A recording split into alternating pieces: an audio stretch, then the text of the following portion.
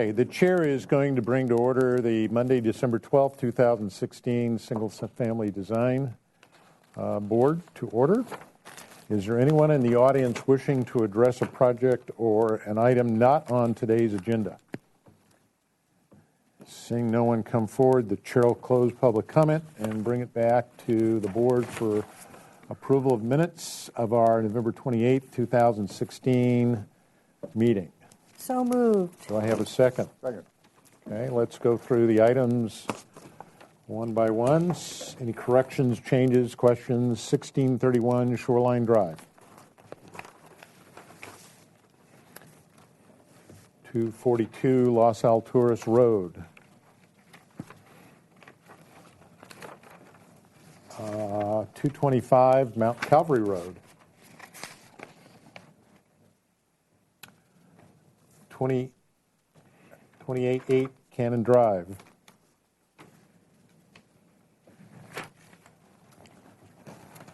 1531 West Valerio Street. 2327 Edgewater Way.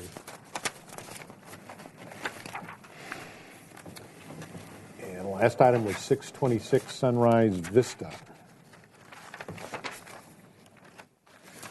Okay, hearing no further discussion or comments, the chair will call for a vote. All in favor signify by saying aye. Aye. Opposed? Abstentions? So carried. Let's go to consent agenda for December 5th. Katie. The minutes for the Monday, December 5th consent agenda are as follows. Item A, 1240 West Mitchell-Terrena Street, received final approval as submitted with the condition that the garage door be solid wood, no glass, as noted on sheet A6 and spec sheet page 2. Item B, 1531 San Miguel Avenue, received final approval as submitted. A review after final changes with the condition that the remote/keypad for the gate be located near the gate entry and not at the street. Item C, 2225 Mount Calvary Road, received final approval as submitted with the condition that the Tier 3 swim requirements be met prior to building and safety submittal. Item D, 242 Los Alturas Road, it was postponed per the applicant's request. Item E, 265 Conejo Road, final approval as submitted. Item F, 203 Santa Anita Road, was continued indefinitely to consent with the comment to consult with the neighbors regarding the proposed changes, relocation, and materials. And item G, 1759 Grand Avenue, received project design and final approval as submitted. Okay, thank you. May I have a motion for approval? I'll make that motion. Okay, do I have a second? I'll second. Okay, we'll go to Bernie. So I go first. Okay, it's been first and second. Is there any comments, corrections, questions? Hearing none, all in favor signify by saying aye. Aye. Opposed, abstentions, so carried. Let's go to consent calendar for this morning, December 12th. The minutes for the Monday, December 12th consent agenda are as follows. Item 1, 920 Mission Ridge Road, received final approval as submitted. Wait, we're on the wrong thing. Wrong one. A, 969 B, okay. Avenue. Sorry, you probably picked up the wrong paper. Here it is, sorry.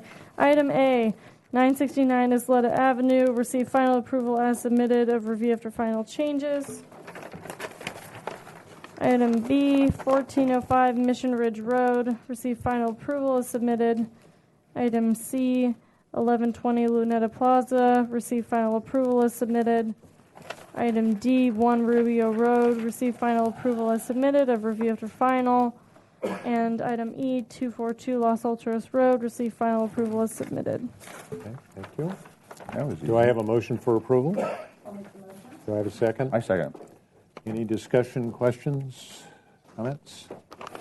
Hearing none, all in favor signify by saying aye. Aye. Opposed, abstentions, so carried. Could we have a roll, please?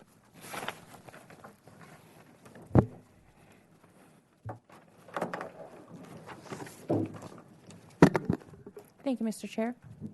That would be Chair Sweeney, Here. Vice Chair Miller. Here. Board Member Bernstein. Here. Board Member James. Here. Board Member Motisha. Here. Board Member Woolery. Thank you. Okay, thank you. Announcements. Katie, any announcements? Yes, thank you, Mr. Chair. I have quite a few announcements. So the first thing I'd like to announce, just to anyone in the public and the board members, we have a holiday closure coming up from December 26th through January 2nd. At the next meeting, we will hold an election to elect the new chair. It will occur on the 9th of January, which is the first meeting of next year. We will also begin the new consent rotation, which should be Lisa, James, and Joe Motisha. That will begin on the 9th as well, since there's no meeting on the 3rd. I'll send you guys an email, too, to remind you. And then at the next full board meeting on the 9th, there's going to be an ENZO discussion item relating to how it's going to affect design review. So if any of you have questions and comments at that time. I also have an announcement regarding 606 Sunrise Vista Way. The applicant had applied for an appeal of the SFDB's decision, but has since retracted his appeal. So that was the tile roof. The tile Yes. roof that you in the PUD that we had received before us. So I'll be expecting him to be coming back to consent Okay. soon. Does he have a question? When he appeals it and it one way or the other, does it come back to here? Well, he retracted his appeal, so it's. So now we'll he come decided back he's for- not going to back. be appealing the decision. And I believe that was all of my announcements. Okay. Right, any other announcements? Okay. A question to my colleagues that are on our NZO subcommittee. Yeah. I went through and read some of the Module 2 and Module 3 and attended a couple of meetings, and I had written down several questions. Do you all want to try to meet before the 9th and That would probably be great. go over Yeah. that? Shall I send you an email and see That when would be that's great. okay? Appreciate that. Then we can share that at the 9th meeting. Okay, so I will send you a email, see if there's a time and date we can meet. Okay. Okay, anything else? No, Mr. Chair. Okay, thank you. Then I don't believe there's other subcommittee reports, other than we'll try to get together before the 9th and take a look at some of the issues. And let's then go to our first item, 920 Mission Ridge Road. This is here for final approval. It was last reviewed August 22nd, 2016. Is this applicable? Did you do that one? So you just need to read whatever that is, right? Welcome. If you could introduce yourself, please. Sure. Thank you. Hello, everyone. My name is Brett Ettinger, Ferguson Ettinger Architects. Thank Okay. you. Welcome. If you could, do we have any comments? Well, about this is that? confusing. It would have been the 22nd, Yes. so it's these Oh, comments. okay. All right. Those comments right there. Those, that motion right there, whatever that motion Okay, is. number one, the board had positive comments regarding the project's architecture in consistency and appearance with the scenic character of the neighborhood compatibility in size, bulk, and scale, and quality of architecture and materials. Number two, study and to relocate the proposed AC unit and test for decibel levels. Study new and quieter units on the market. 3, study the location of the pool equipment for neighborhood compatibility and good neighbor guidelines. Action taken by Woolery, seconded by James. 4, supportive and abstention. Motion carried. Thank you. Before we have you start, Katie, is there any information we need to know ahead of time? No, Mr. Chair. Okay, thank you. If you could share with us where you are on this project, because you're here for a final, so we'll probably want to look sheet by sheet. Sure. I can walk you through the development of the project. It's consistent with what we presented the last time, including some backup on some decibel level material for the new pool equipment, as well as the owner's own choice to replace the existing condensing unit in the back of the house. I think there was a comment from the neighbor upslope that he had to put in a solid wood fence because the old condenser was too noisy. So we're replacing that. Are you all familiar with the site? Would you like me to walk you through real quickly to get you reconnected to the context? Been there a couple of times. Been there? Anybody else? Anyone else? I remember the last time. You do? Okay, up the long driveway, back tucked up against the oak woodland. Okay. The rendering on the cover sheet is still consistent with the material palette, which is consistent with what we presented the last time. It's intended for these two very low one-story buildings to be both light in appearance and use materials that hopefully recede into the natural, very beautiful oak woodland environment that exists at the building site. The second sheet is an overall site plan showing some very simple suggestions for a proposed landscape palette that's consistent with the oak woodland. It's all very maintenance-free and drought tolerant, and there's a legend there for you to look at. That was one of the old sets. A1, 2? Yeah. Do we have a third set? I You can look over my shoulder. apologize. I can scoot this over a little bit for you if you'd like. No, that's fine. Is that okay? Leave it. We've nestled the pool equipment. There's a series of these sort of rustic stone walls that we're matching to the existing stone rubble walls that are maxing out at about 30 inches high, and that's to sort of take the grade down and present a lower profile to the pool. So the pool equipment we've sunk into the ground against the backdrop of the stone rubble wall, and then further surrounded it with some screening plant. We're going to use, I think, the quietest pump on the market. It just came out. Craig Kircher at Tri-Valley Pools is recommending this. Decibel level's only 45. Typical pool equipment's up around, in the mid-60s. This one's, down at about the sound of a refrigerator unit. So it's very quiet, and I think that that should satisfy any particular issues. It will be completely concealed, sunk in the ground, and is a very quiet pump. This is just the demo plan showing we're really not touching the house other than replacing all the doors and windows. They're pretty old, single glazed, non-tempered, so they're not very energy efficient. And really that's the extent here of the work in the house.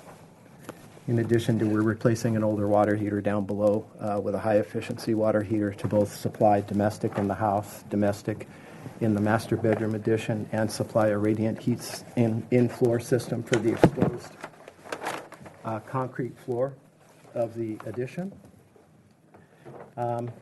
It is wrapped in a 6-inch concrete structural wall, both structures, and that, again, is intended to sort of weave back into the house where the use of the board-formed concrete was prevalent at the entry. I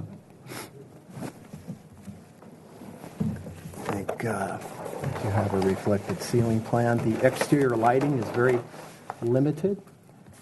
It shows up as one light on the accessory building, a replacement light on the house, a new light at the accessory, two new lights at the accessory building, and they're very small downlights, concealed bulbs, LED, low wattage, and they are black.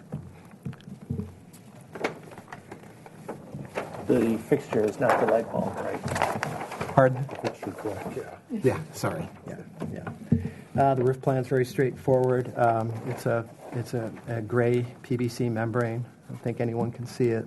The shaded areas indicate cold rolled steel flashings and or gutters and downspouts, consistent with this color right here. Electrical plan is very straightforward. Power plan, there's not much to it. We're not touching the house. These are just interior door details and a base detail. Did you have a question for me? No. Okay. Soils engineer, green building measures. Exterior elevations for the house and the addition. All the materials are specified here and additionally specified on the color board here. And they are the intricately colored cement plaster walls, smooth troweled finish at the new framed walls of the addition and accessory building, and they're very limited. And then we're also putting a new stucco finish over the existing house to complement and integrate both projects. Because right now it's a T111 painted plywood siding. Yeah. Good move. All the windows are going to be dual glazed, dark bronze anodized, similar to the dark color up there. These are just some associated on-grade Ipe Deck Detailing at the accessory building. It'll be on sleepers over a concrete slab. Some detail wall sections at the addition, the low roof connecting off the back of the house, and then the low roof and the ridge at the accessory structure, and a rail detail. It's going to be very similar to this piece of raw tube plain steel with a clear coat with the cabling, and then a teak cap to warm it up on the top. Let's see. There's the low roof at the back of the structure, and then there's a longitudinal section through the low and then up through the high roof. There is a trellis element off to the west side to bring in some shaded light into the master bedroom, and it's comprised of 2x2 Ipe elements that are 8 inches on center. Let's see. This is a rendering that I brought the last time, showing the proposal for the entry gate and fencing. Didn't come out in color there, so I brought this one. Here's the board form concrete. Those two walls are about 5'2", and the fencing and the automated gates are 5 foot high. Our intent was to really make the fencing and the gates disappear and be as transparent as possible, while still providing protection and pool security, and hopefully provide a modern rustic appearance that complements the architecture. So that's really what we're proposing in general for all of the fencing. I brought another photo at the back of the house. It's hard to see, but unfortunately, pretty much the entire south property line is already fenced with a solid wood fence. So if we go back to the site plan, we're really narrowing down the amount of fenced area by just grabbing the east side, wrapping the pool with the entry gate, and coming in and using the buildings as the fencing on the west side, and leaving half the site open.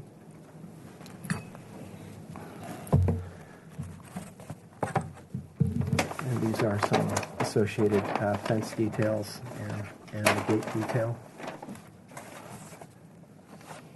And the accessory building is pretty consistent with the main, or the addition at the main residence.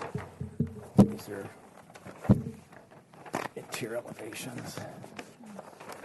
And then we have 4 sheets of architectural details for the house up at the roof with the gutters and downspouts. We have a couple scuppers to handle overflow and the flat roof drainage. The eaves will have exposed 4x10 rafter tails that are stained the dark Cordoban brown. At the house, they're already painted green, so we're going to propose to paint those a dark brown color to match this, because it would be pretty tough to strip and stain those. These are some associated head details and window head details.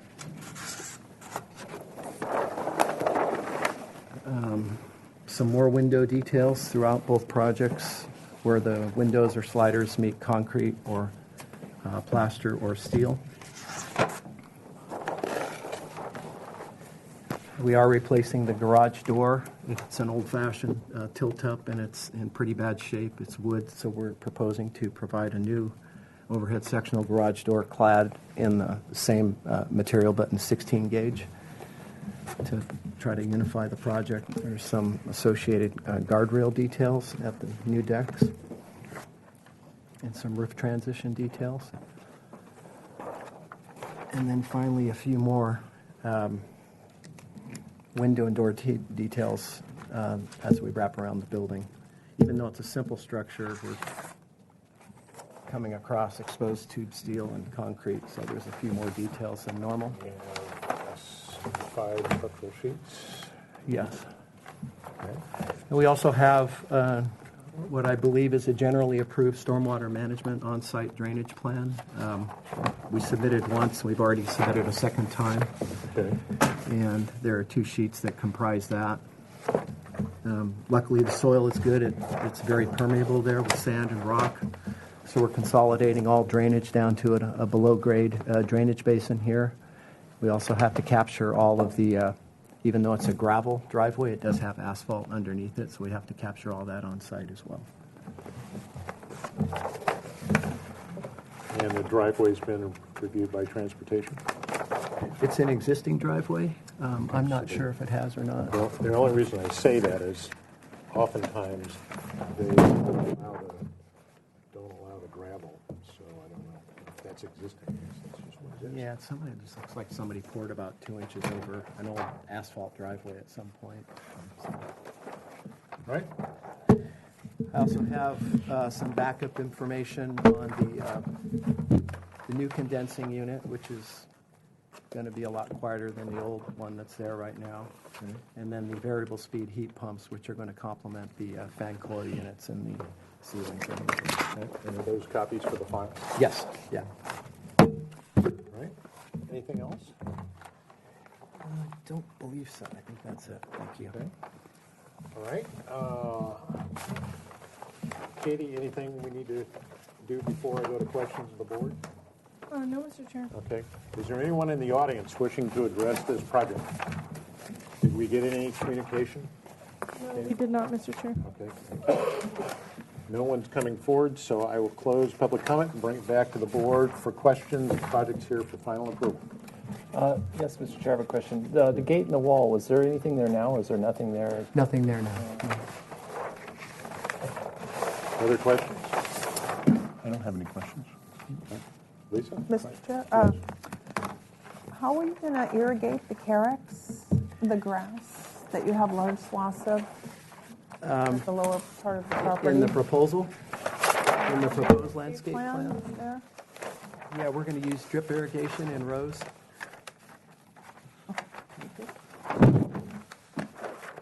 Other questions? Yes, Mr. Chair. Yes.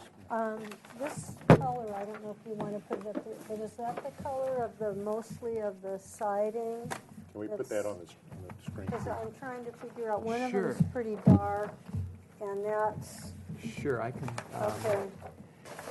Yeah, the plaster, in terms of the, maybe if we go to sheet A41, that might be the easiest way to do it, if I could.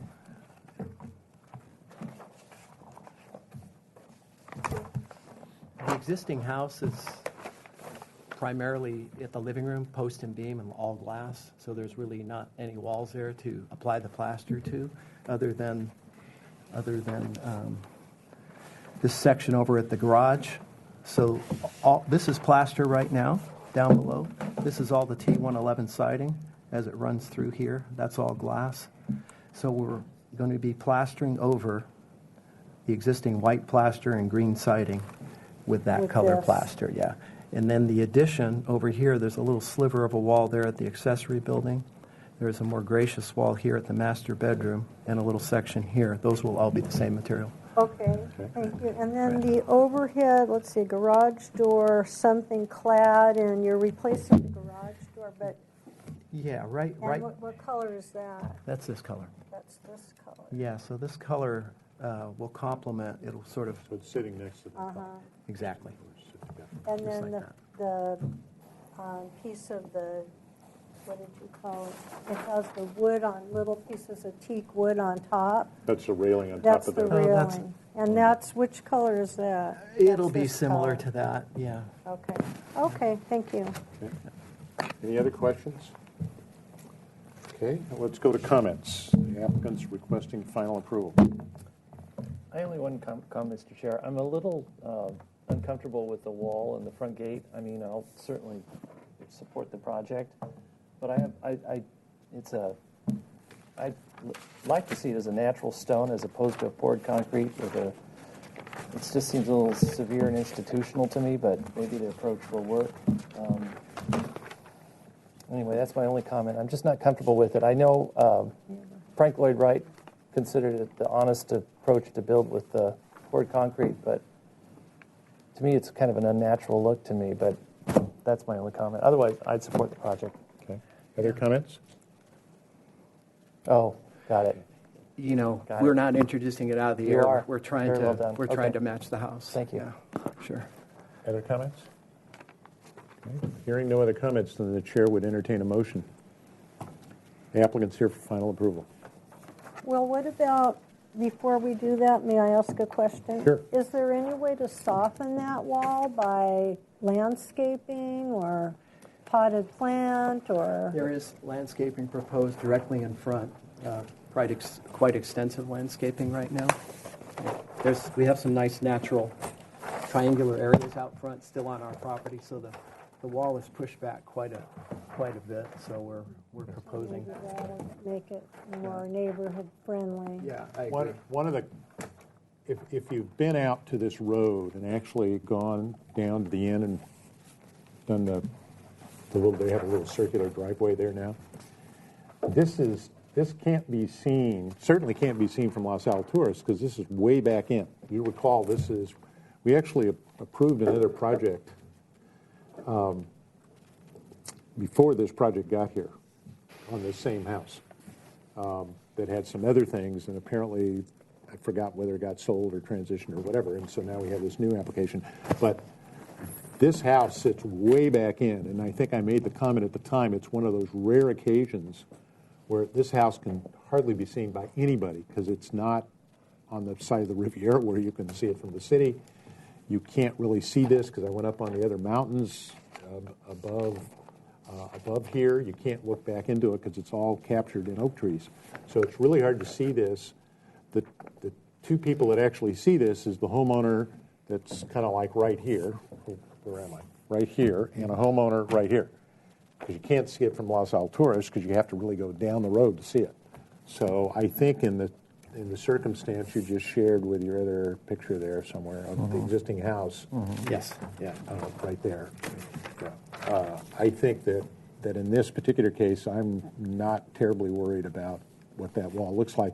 And I do recall when this was introduced at our last meeting, we did have a considerable amount of discussion on the acceptability of a fence and a wall and all that kind of stuff. Mr. Chair? Yes. If I may, I noticed there is no irrigation plan in this set. Yeah, I just put an overarching note there. We'll have irrigation handled, but Can I leave that for final, don't yeah. So is that something you'd want to see? Well, what comes into question is that Mr. Ettinger said that it was all going to be on drip, but the Carex, that doesn't make sense for the Carex. You really need overhead watering for that. It's a sedge grass. And is that for establishing it, or do you have to do that? Well, it's in plugs, and it's going to be like a lawn, but it's a native lawn, you know. And you would just be real hard pressed to water that with drip. I mean, you'd be having emitters every 2 seconds. You know, it's and do you, once it's established, you have to do the same watering technique, or how does that work? It's always going to need a little water, but it's one of those native grasses that you can let brown out in the summer, and then it comes back by natural rain. Eventually, if you want that look, if you want it to stay green, you have to water it. But it's not included in the lawn ban, you know, that has taken over the city at this point. It's because it is a native grass. So what do you? But overhead sprinklers would be the only way to really water that efficiently. So what are you suggesting we do? Because he's here for final. But Well, we could do I one think of we two. could make it contingent on that he could, you know, just say final approval with the following recommendation that you bring in an irrigation plan. Katie, is that acceptable, or does the irrigation plan have to be looked at by Denise or someone? If you want, you can say, you know, final approval, and he can bring it back to a consent level review if you want, and Lisa can look at it. That might be. Okay. Yeah. Yeah. The only thing with that, if there was a way around that, because of the end of the year, you guys are gone in 2 weeks, and then I the know. code changes on the 31st. Don't you We can require an continue it irrigation 1 plan? week to The building consent. department's going to require it. So I don't Are know. we going to have a consent There's 1 week one from now? more consent Oh, okay. meeting on the 19th, so if I was you, hoping I was out of it, okay. so if you want to, Really? We have another one? One more. I thought Well, we were could done do, if today. there's another one, I'd be you happy could to come continue back. that 1 week to with a- consent with the, for Okay, the so details of that the would work irrigation though, right? plan Yeah, if you because we want. have one more consent next Okay, Monday. and Denise will be there. Okay, so if that's the issue, at least that's what I'm sensing, then the chair would entertain a motion. Sounds like we could give it final approval contingent upon submission to the consent calendar next week of an irrigation plan. Sounds good. I'll make a motion. Okay, Board would like to give 920 Mission Ridge final approval. Again. The board would like to give this project final approval based on the following things. The applicants met the NPO findings. We recognize you have relocated the pool equipment and replaced it with a really low decibel variety. And that we would like you to come back to consent review a week from now with an irrigation plan showing overhead watering on the Carex native sedge. And did you say you had your Tier 3 requirements met already? Okay. Yes. Yeah. And that's it. okay, that's the motion on the floor. Is there a second to that motion? I'll second it. Okay, is there further discussion of the motion? Was there any need for anybody to look at the driveway?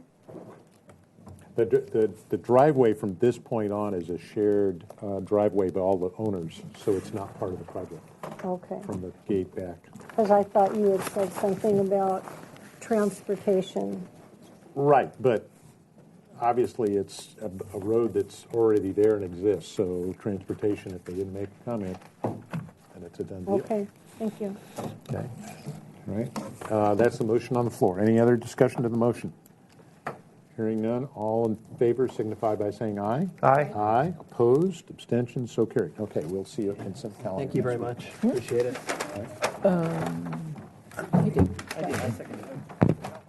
So tired. When there's just a little piece Can I see that? I have a project I'd love to use that on. Can I see that I'm stealing it? Why are you going to keep one copy of this? And Teleflow. Okay, I can would take you like it. the other two? I know, Kathleen Boo's not here. Craig's great. I've worked with him before. He's a great guy. Right. They did. Yeah, cool. Pentair, huh? The only thing I object to, and I was thinking to myself, gee, that's a nice article. It's a long article. Okay, do you want to do it before he shares what he's doing, or? Generally, we have him show us first, and then I'll show you. No. Giving them. And I love that one that writes that. Good luck. All right. Thank you, everyone. Okay, Thank you. Happy holidays. Okay, we're at 288 Canon Drive. This is here, I was last reviewed on November 28th. Any action may be taken if sufficient information is provided. Project must comply with the Staff Hearing Office Resolution number 054-16 and was last reviewed November 28, 2016. Could you introduce yourself, please? Yes, I'm Wayne Labrie, architect for this project and owner. Welcome.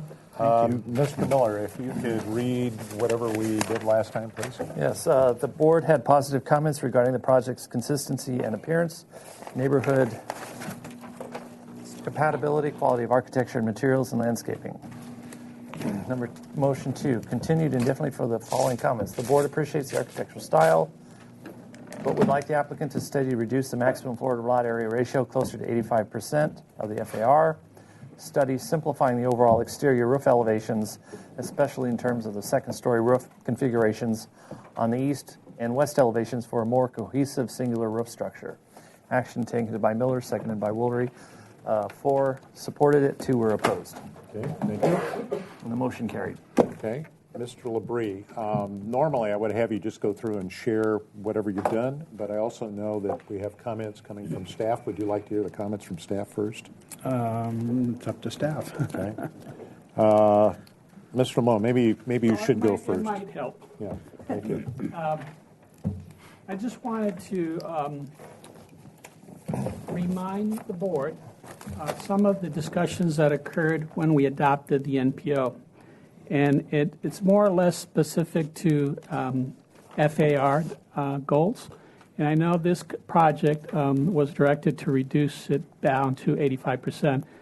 And although some of the language discusses that you should design a project to 85% or low, I think the motivation behind that was to try to make the process less compatible with the or more compatible with the neighborhood, and have less debate about projects. As you know, when these NPO updates occurred, we had a lot of projects that were doubling and tripling the size of homes. And the idea was to try to give a range of acceptable size of homes that we felt could be managed more appropriately. Rather than come down from 150%, you'd be speaking about refining a design rather than totally telling somebody to reduce 1,000 square feet. That's just a total redesign. So I think what I've seen happen with this board is a reliance on the 85% FAR number. And what I wanted to point out to you is that we purposely placed some projects that were acceptable that were over the 85%, and you couldn't tell. And we actually did a preference survey back when we did the NPO update, and some of these projects that were 95, almost 100% FAR were found as good examples in the neighborhood. So the key always was design, and can you hide the size, bulk, and scale in such a way that it's an attractive addition to the neighborhood. So I would caution you again, if you ask that you ask for a reduction in the home size, that you be specific about what is the rationale why that request is being made. And it could be that the apparent height is too large in scale for the neighborhood, and that you want some reductions that would move it away from either neighbors or from the street, and that's appropriate to say if that's what you feel. You might say the second or upper floor levels are too large for the neighborhood, that you comparatively speaking, and there is no comparable project in the neighborhood like this. Or you might ask what it would take to get down to 85%. I think Mr. Labrie is going to show you that he can, in fact, have a solution that gets it down to 85% that really doesn't make a change in the design, overall design of the project. So it isn't a numbers game, and that's what I wanted to emphasize, that focus your talents and expertise on getting the project to look like it should, or like you would think it would be more compatible for the neighborhood, and give clear direction about where those reductions might occur rather than just give somebody a goal of 85%. So I thought that would be good advice to maintain.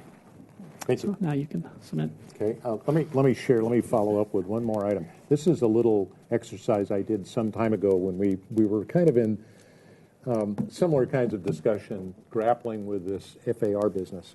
And what you begin to realize mathematically is that on smaller lots, when you start to do this exercise of FARs, look what the differential is between these square footages when you start pushing those numbers back and forth.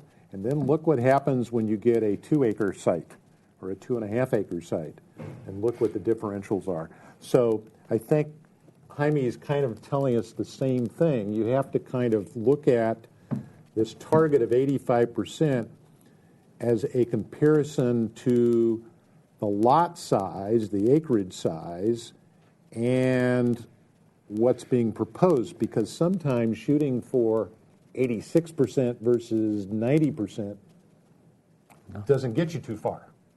So that's, I think, what Mr. Lamone is kind of sharing with us is we probably have to really kind of pay attention to that relationship of the size of the lot and what's being proposed, because sometimes just locking in on the 85% may not get us where we really want to be. And I think Mr. Labrie is going to probably share some information that I think in hindsight, as we discussed it at our last meeting, he might have gotten us at 85%, but I don't know that would have dealt with what you're all concerned about. But anyway, I'm going to let you go ahead and make your presentation. Okay, well, we tried to get the FAR down, and I don't want to appear to be thumbing my nose at you, but with 7 people in there, 9 people actually, in a multi-generational house, there just wasn't any place we could make significant cuts. So what we did was we said, okay, how can we get the square footage and the mass off the upper level and move it to the back? And so we've done that. We've reduced the top level size square footage by 39%. Increased the distance from the neighbors. Increased the distance from the street to that second level addition. Increased the roof run up to it so that the wall is really only about 2.5 feet high up there, sticking up over the first floor roof. Probably best to show you this. There's been some other statistical changes in moving stuff downstairs. We increased our footprint by 6%. We took out the front terrace, completely gone.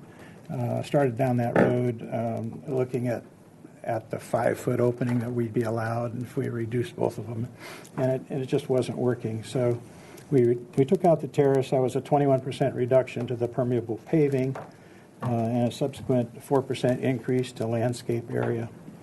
The FAR is 98.1, which rounds up to 99. That's 5 square feet. Would take it to 98 instead of 99. This is the resolution which we will conform to. Modification was accepted. I do want to point out too that and I mentioned this last time, but I think it's pretty significant when you look at the front of the house, is that we have a street frontage of about 107 feet at the setback line. Okay, our neighbor has 54 feet, which is traditional for most of these houses. This house here, which has street frontage, is actually about 100 feet long in its footprint here. These people, they have a long street frontage, but it gets real narrow back here, although they do have a carport there. Our footprint of the house is only 8 feet longer than what's existing there already.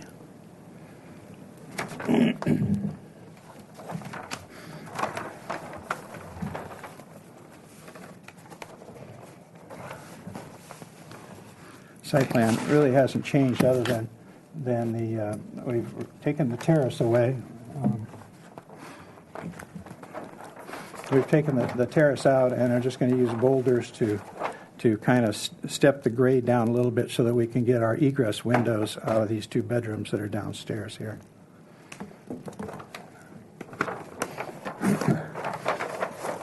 So what we've done is the basement, again, we no longer have the terrace. We no longer have the door coming out here. We have egress windows out of those bedrooms. We still keep a terrace back here, which we can talk about. And then here underneath the deck, and where there used to be a guest room, now that will be the master bedroom in there. And upstairs, where we've taken it away, is in this area here. And I've got a little sketch here to help us understand that. Sorry, it's not to the same scale. But this area that was sticking out here has gone away, and all of this area back here has gone away. So we've increased the setback from the neighbor from 29 to about 25 feet here, and where this was 40 feet, now we're over 48 feet back to this line here. If you look at the elevations, this is the area that's gone away. The roof comes straight across now. It's been simplified here, and so it's a nice long line there.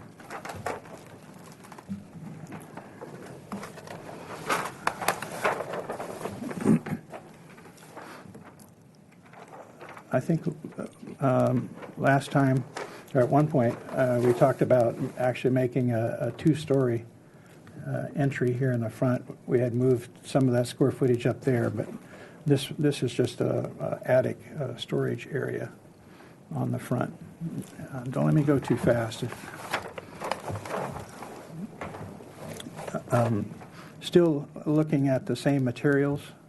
The one exception might be that instead of wood here, and I appreciate the comments about vertical pickets, but I think the horizontal line, the linearness of it is more effective and also more directional. We are considering wood or possibly Corten steel on that. So here's the area that's really minimized here.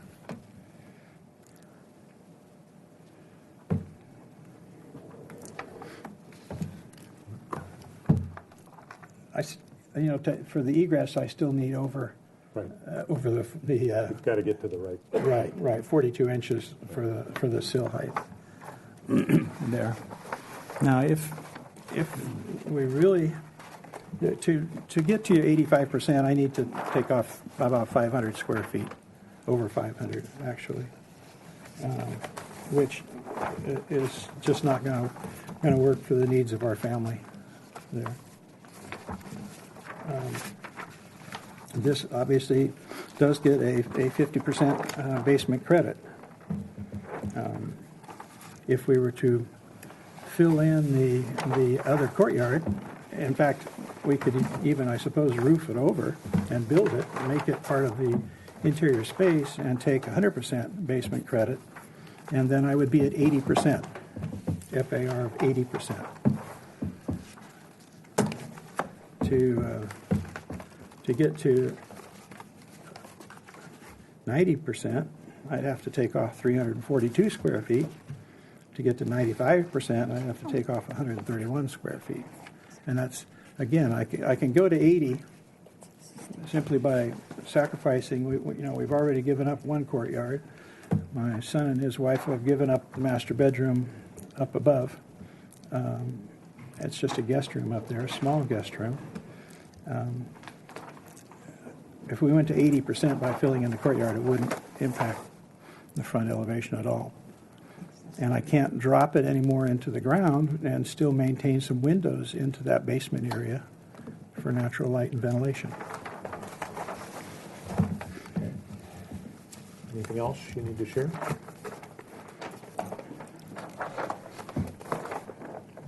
No, I think just to look at the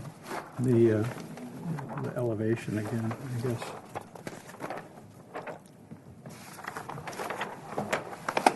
Good. But as far as minimizing this wall area up here and the roof sloping up, I think these are all strategies and so forth that are recommended in the design guidelines, the handbook, breaking it up with materials, different materials, and so on. Okay. Before we go to questions of the board, is anyone in the audience wishing to address this project? Katie, did we receive any written correspondence? No, Mr. Chair, we did not. Okay. Ms. Malone, any more comments? I just wanted to also emphasize that I would think that we would not encourage people to dig themselves into underground, unlivable spaces just to meet a goal. And as you see, Mr. Labrie is saying he could meet that 85% for the semantics of this underground area that he's only getting a 50% credit on. And if you really take away a deck, it is less livable in our opinion. So focus on size, bulk, and scale, and do whatever you have to do to find an acceptable design. That's my last bit of advice. Okay. Thank you. Okay, let's bring it back to the board. Who has questions at this point? I have a question. Yes. Is the atrium window you show on the proposed east elevation is that existing No. or proposed? Have It's proposed have we and- seen that before? Yes. Okay. From day one. That goes into a bathroom in the basement. All right. Thank you. Other questions? let's go to then comments. Yeah, Mr. Chair, I have Yes. comments. Yes. Personally, the numbers are pretty much meaningless to me. And my microphone's on. What I look at is how your house looks compared to the houses surrounding it. Like, is there a flow going? And one thing I really look at, where's that picture? That really cool. This one here. This is really well done, and how you've compared these surrounding homes with your home. And so I'm looking at, does your home, flatter the neighborhood? Is it part of the, or is it this obstructive, oversized remodel that really stands out and kind of is discordant with the context of the neighborhood? And that's why I kept saying simplifies the roof, not because your roof wasn't bad, it was just so you can kind of be in continuity with the surrounding roofs. So that's my only look, and I really appreciate it. I noticed you've done a lot of work on that particular area. I certainly don't want you to take away courtyards or rooms or anything because you want to get to the 85%. But what I do want to see is that your style and quality of design of home is consistent with the neighborhood, whether it's 85 or 95%.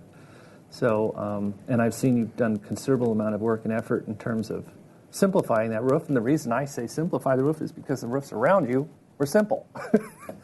So it's just a simple thing that I was looking at in my particular criteria in terms of your home. So those are my only comments. Okay. Have other comments? Yes. Yes, Lisa.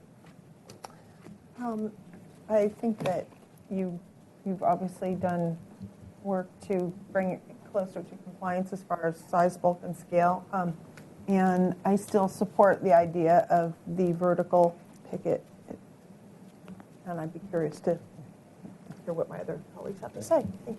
Other comments? Actually, I have a question. Yes.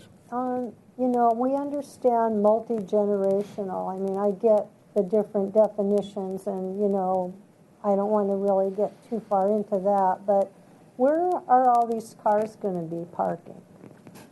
Well, some are going to go in the garage. Okay, that's two. I would hope that once this process is through, we don't need so many cars. But cars and neighborhoods and families go through seasons, and it's inevitable that my neighbors across the street that just had a baby, they're going to need another car. Next to them, they came there with no babies, and now they've got three. So cars are going to increase. They have to park on the street. Other questions? Other comments?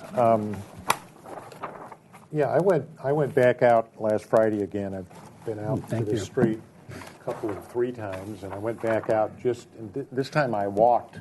I parked down here, and then I walked up to here. But I also went up and looked at the homes that are sitting up here, and these are big houses. In fact, look at the footprints of these guys. They're just looking at the footprints, they're bigger than this house. So I went down and I walked this, and what really came to me is that the nature of this hillside and the nature of this little piece of Canon Drive really formulates a kind of, and I was out there on Friday, and we're at the time of the year where the sun is low, so I was there late in the afternoon, and this whole thing's in shade. I mean, it's damp in there. Okay, it's already missed the sun for the rest of the day, and so I looked at that in the context of the homes that are there. I looked at the context of the railing. This gets to your issue of the verticalness, and then looked at the context of some of the other houses. And I'm not as concerned about the horizontalness of the railing. In fact, in some ways, that kind of, when you introduce a horizontal element in a composition, that sometimes makes the height dimensions appear shorter because of the way the horizontalness, and that's something I just learned as a painter and an artist. So I'm less worried about that than having verticals, and particularly because there are no other vertical picket fences, at least between here and there. Fred, you might want to roll your chair. You kind of smashed your... Am I smashing something? Oh, that's good. So I went out and looked at that, and then I also looked at the whole issue, Brian, Yeah. of the roof shapes and the right. size, scale, and bulk. And what kind of hit me is, yes, you can get to 80%. You probably get to 70% if you eliminated the basement, but we'd still have a house on top of the ground. And so I don't know that that's, and I think Joe and I expressed the same concern last time, which is why we weren't supportive of the motion that was introduced at the last meeting, is that you're not going to get there just by saying, jump to 85% because of the nature of what you're proposing here. And so I think the simplification of the roof that you've done takes it a long ways. This little move, where is it? This little move right here, I think that really simplified this whole composition. We were dealing with a fairly complicated little set of roof elements that we're all trying to intersect here. And also here, by having that pop out, and then as Mr. LeBrie pointed out, he had this was actually longer. So I think by going to that composition, it really kind of settled this house down. I think that the eave, lowering of the eaves here puts it very reminiscent of the house that's next door. The house next door has a two-story element to the far right. The house to this side has a two-story element kind of right above the garage. And the other thing that's interesting is there are no houses across the street, okay, except for this one. That's a little tiny house. But that's kind of unique to this whole neighborhood, particularly when you see this house as you walk up this way. And then you talk about cars. I suspect somebody's parking a car right in here, because I saw it, that probably belongs either to that house up the hill or that house. So this is going to be one of these neighborhoods where, yes, there are parking on the street. There's parking up on these streets. And that's just the nature of the neighborhood, because it probably has a very large diversity of age and lifestyles. So I'm not as concerned as I would be if we were looking at a house over on the lower east side where parking is at a premium and the streets are filled with cars.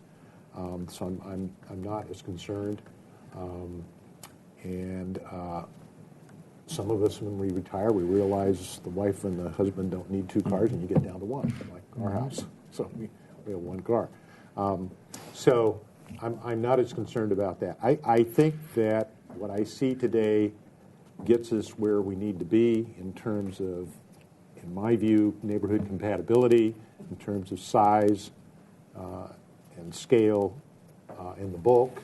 The size you might argue about, but I think the scale and the bulk is now there with the simplification of that roof frontage. So that's where I sit at this point. Other comments? If there are no other comments, then the chair would entertain a motion. The applicant is, I would assume, looking for project design approval so that he can go off and finish his drawings to come back for final approval. Can I make one comment? Yes. It's a stormwater management tier 2. Okay. I do not need a tier 3. Okay. Good point. But you still have to do the tier 2 exercise. Yeah, that's easy enough. Okay. Actually, we had planned for tier 3 anyway, as far as some underground basins, but. So the chair would look for a motion. I'll make a motion. Yes. I move to give this project design approval with the following comments. The board appreciates the fact that the client has simplified the roof structure, making it more compatible with the surrounding homes in the neighborhood. The board feels that has taken considerable efforts in looking at the surrounding homes and now feels that the home is more compatible with the houses that are closest to it.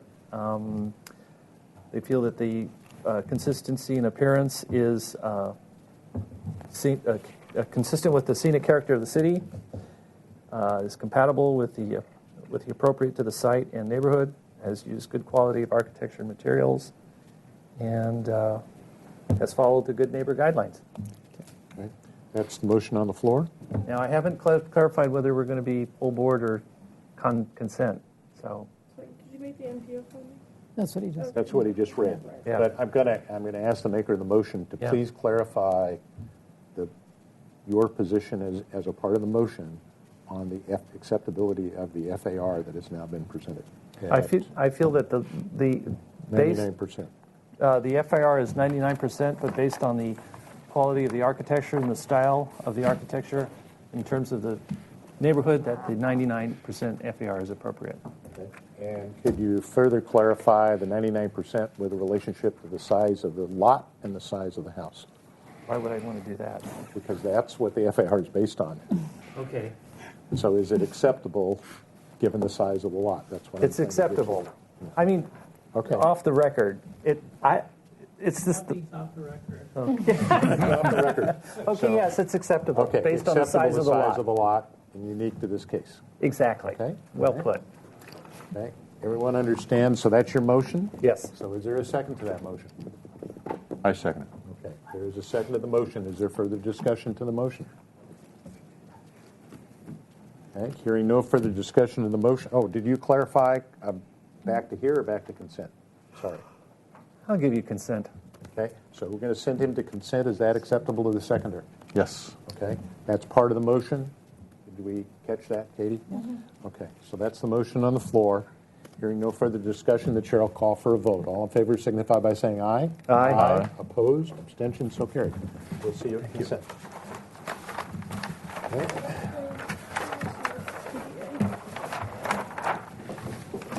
All right. Keep one copy if you want to take the other. I'll take two. Okay, let's go to item number 3, 1631 Shoreline Drive. This is here for a third concept review. Comments only because the project still requires Planning Commission review and was last reviewed November 28, 2016. Congratulations. Well, good you. Do you have new sets?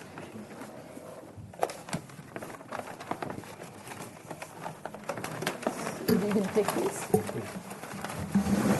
Yeah. That's a lot of drawing surface, yeah. Nice. Happy holidays. Okay. If you could introduce yourself, please. My name is Tom Oxner, project architect.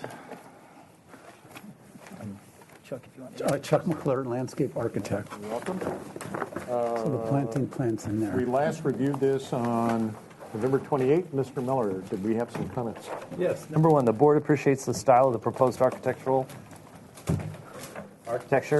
but finds the proposed height of the project is too high. Number two, the board finds that the second floor plate height at the middle of the structure is too tall, which is the same thing. Anyway. Number three, study the size of the living room as it relates its resolution on the street elevation so that the final architecture solution is more compatible with the general neighborhood given the cottage-style architecture being proposed. Number four, reduce the percentage of lawn area for neighborhood compatibility and to more accurately reflect existing water shortages requirement. Number five, the front fence at 5 feet as one large fence is not appropriate for the fabric of the neighborhood landscape, although the combination of a 5-foot fence and landscaping could be acceptable. Action taken by Millers, seconded by Bernstein. The motion was carried. Okay, thank you. If you could share with us how you address those comments. Okay, great. So I just wanted to pull up the previous design. It's easy to point out what I'm doing as I move into the next iteration. So my understanding was that the center mass was too high and that the house had a presence of being too far forward from the street, as the perception of the massing from the front of the building should be softened from what we had. So I went back and looked at the floor plan and the roof plates and the roof lines, and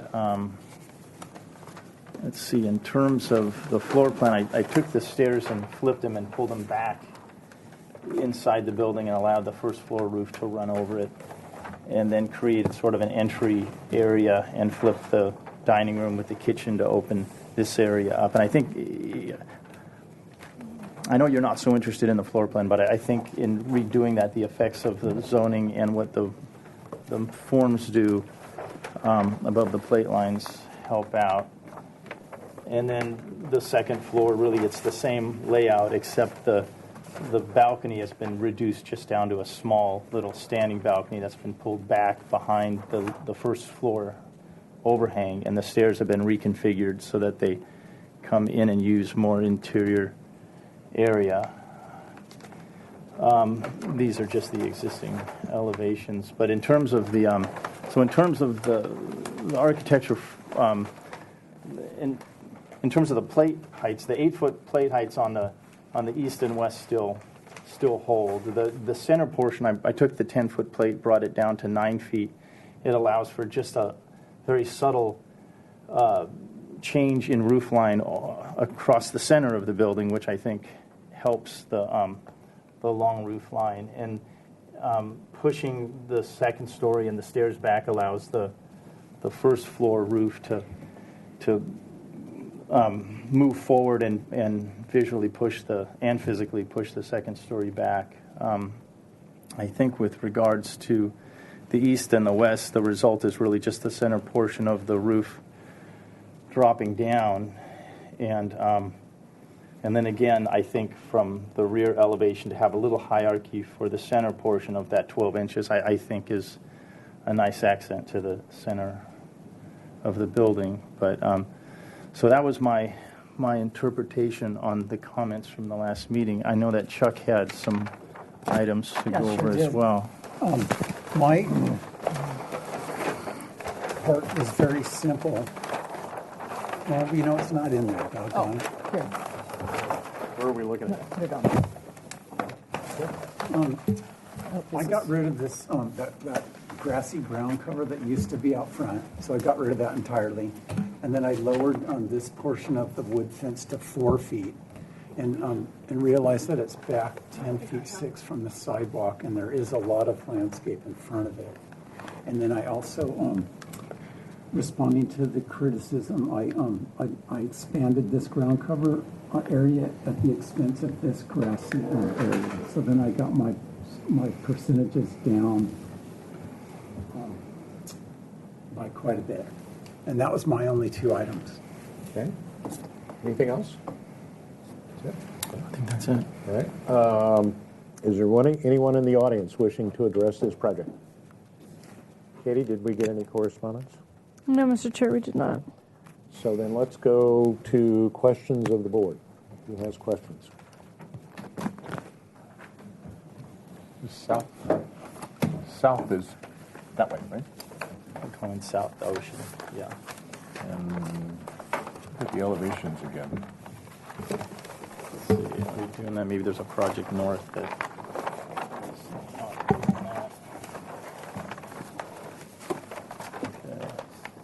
It's the front. Yeah, so that was right. So that should be north. Yeah, the north and south are reversed. I like to do that to keep you guys on your toes. So this is. I kept looking at it, it says that's facing the ocean. That's north. And was it the... Even after I double check it, it still flips.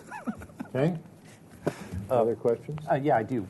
The window material, what were you thinking of in terms of the Metal clad windows. metal clad would they look wood or? Well, they would be a brown, like a deep brown, and then the color of basically the window color would tie in with the wood of the beams and the eaves, and then It's a beach cottage style, right? Mm-hmm. So you ever thought of doing a sill or?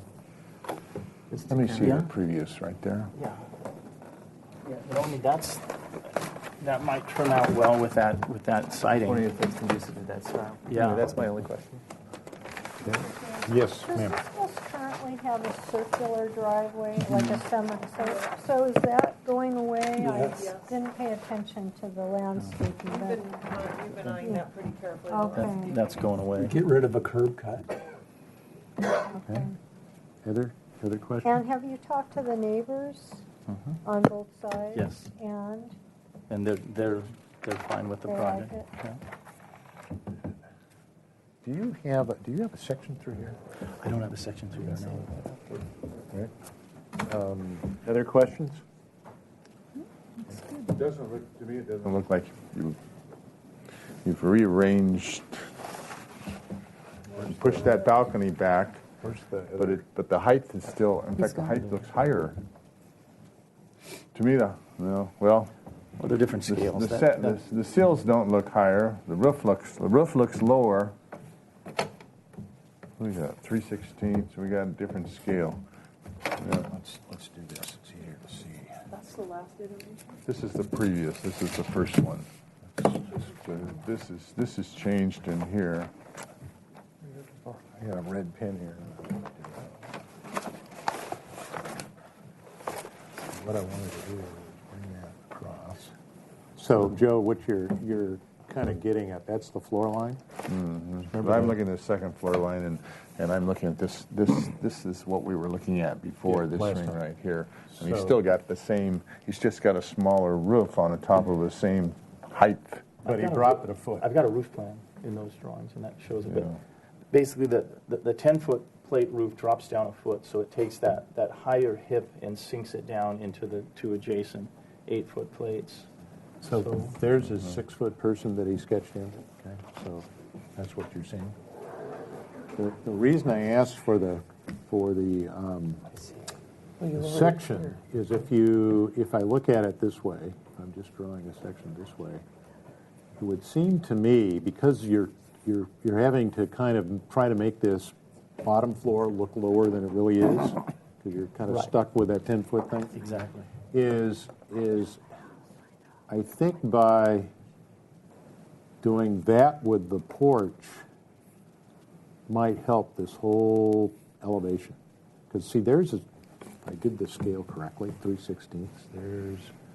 There's a 6-foot person.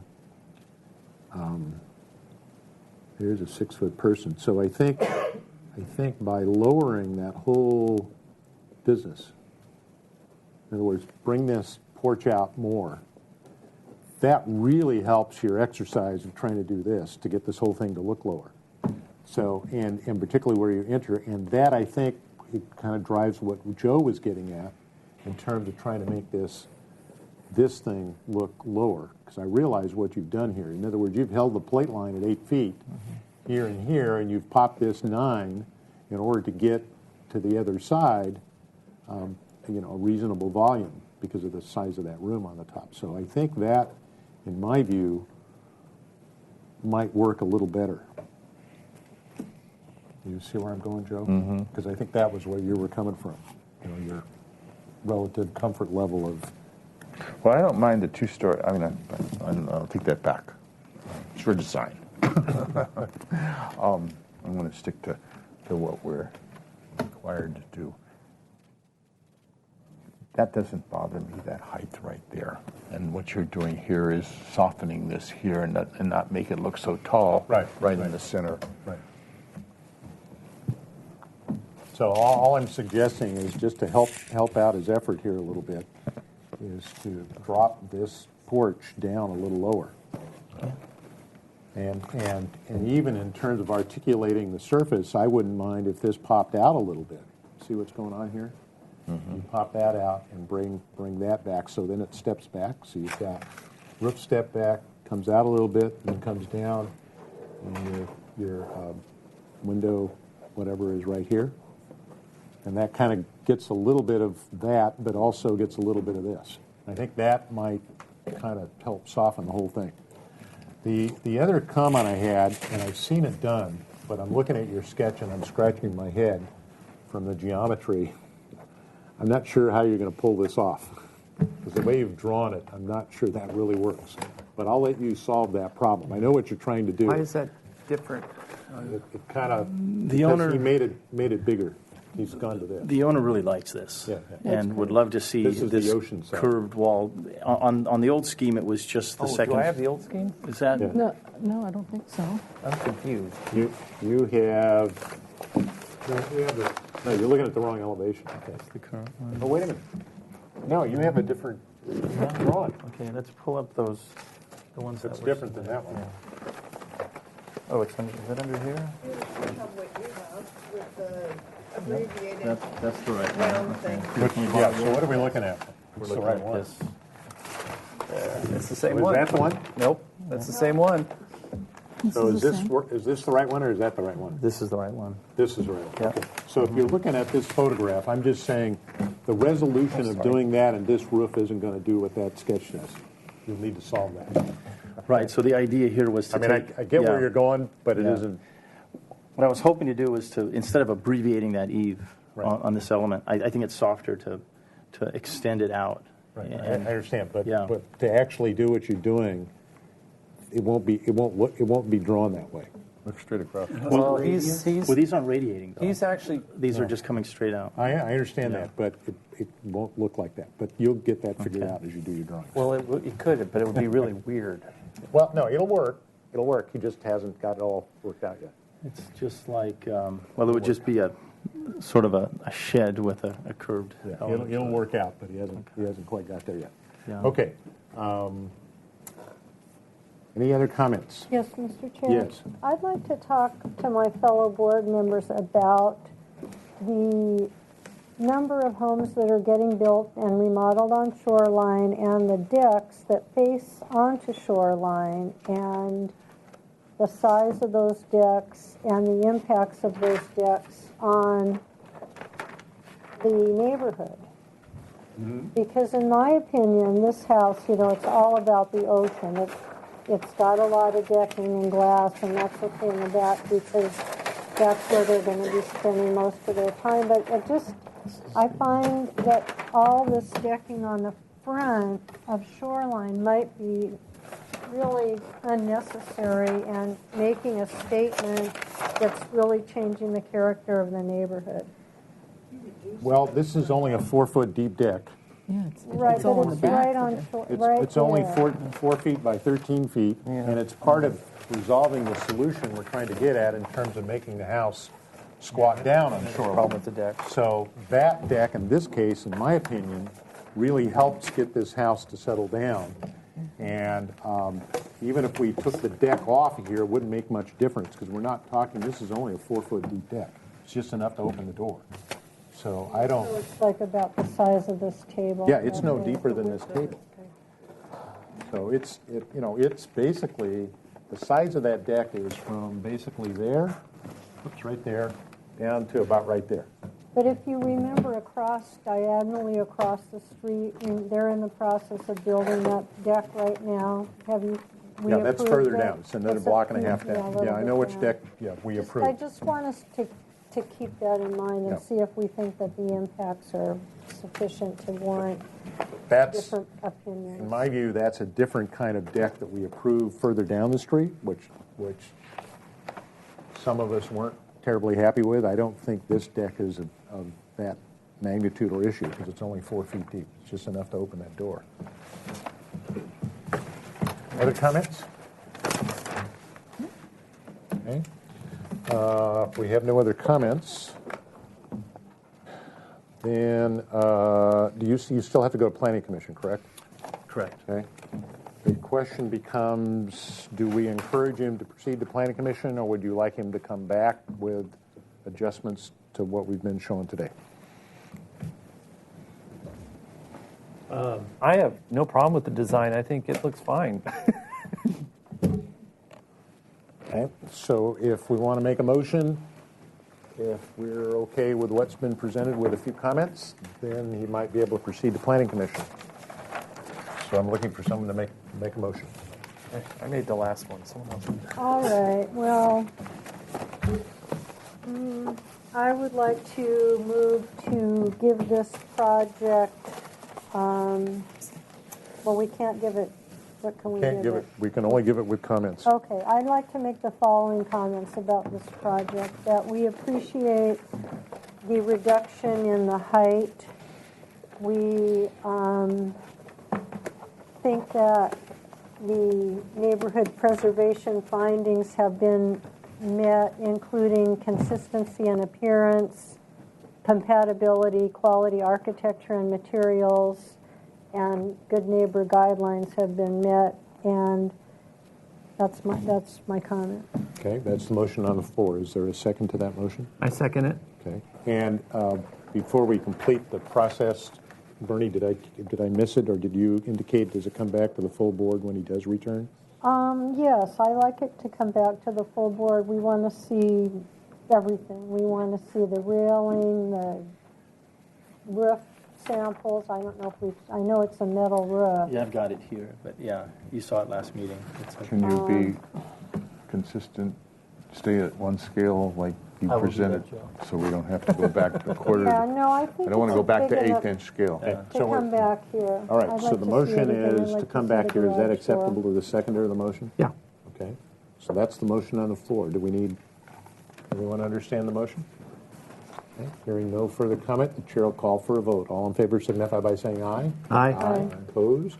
Abstentions? So carried. Okay. We'll see you after you get back from Planning Commission. Okay, thank you very much. I think that hit. And then, but these also have to go with it, right? Yeah. These are new.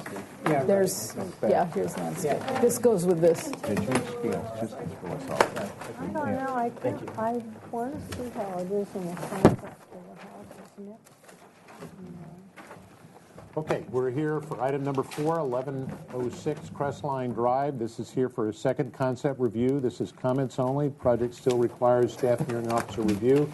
For a zoning modification was last reviewed October 3rd, 2016. If you could introduce yourself, please. My name is Paul Zink. I'm the architect for the project, and in the gallery is my client. Okay, thank you. Mr. Miller, if you could read our comments from our October 3rd meeting, please. Yeah. Number one, the majority of the board could not support the proposed design and style of the architecture that was inappropriate in consistency and appearance, lacking neighborhood compatibility, as not a single home in the area possessed such an apparent uninviting flat roof, as inappropriate window treatments, lack of quality of architecture and materials, and does not follow good neighbor guidelines. Okay, thank you. No, there's more. Oh, I'm sorry. The board would like to see a different roof configuration to be more sensitive to the context of the surrounding neighborhood. Number 3, if a contemporary style of architecture is chosen, it should be extremely sensitive to the surrounding neighborhood. Action taken by Miller, seconded by James. The motion was carried. Okay, thank you. If you could share with us. Share with you. Oh, wow. Oh, that's a lot different. Cool. So if you look at sheet P1, what I ended up doing was we went back and we redesigned the building, and I gave my client 3 different solutions to take a look at. The first solution is where we were, and I thinned up the horizontal roof, changing the roof colors, making it lighter. The second solution is I added an additional horizontal banding to give the fascia some more articulation. The third solution is I went and I did a pitched roof, showing them the different options available. They took a look at it, they spent their time, they talked to some neighbors, and they would like to proceed with the top solution, which is the thinner roof and the lighter roofing color. So that is the proposal here today, but we did do our exercise and our assignment in looking at other alternate solutions. So this is our proposal that we have for you today. This is the back of the view of the house. It faces towards the city. We have floor-to-ceiling glass. It's a standard architectural style that's currently being, it's in vogue right now, but it has a historical presence. The front of the house is simpler in design, more in keeping with the privacy that we would like to have at the cul-de-sac. Here is 2 bird's eye showing the extent of where the flat roofs happen. In the back of the house, they cantilever over the edges, 2 feet on the sides, 4 feet on the front, and in the front is a parapet roof situation. We will be a net zero house. We plan on having photovoltaics as well as solar for the hot water and solar used for the radiant floor heating. What I want to point out is our city has lots of different design guidelines that we look at. One of them is the overall building height. And we always say we like to have the second story element to be about 25 feet or less. Our second floor is 20 2 feet 4 inches. Our single-story element, we always like to have it to be 17 feet or less. My single-story element is at 14 feet 8 inches. I made a change here. We're going to go with all railing here of wire or rod for the master deck. I made a mistake by not showing it this way, showing it as glass. One of the other conditions that we have is we always like to look at apparent height, and the apparent height is for this project is 30 feet 7 inches, and our guideline is to try to keep it at 30 feet. Mr. Sweeney, will you please pay attention? I am listening and paying attention. I'm doing a note. Okay? Thank you. Thank you. So with this project, we are actually lowering the existing roof by 3 feet. And I like to point that out when we start looking at photographs from the lower side, that where our roof occurs, we will be lowering the building by 3 feet.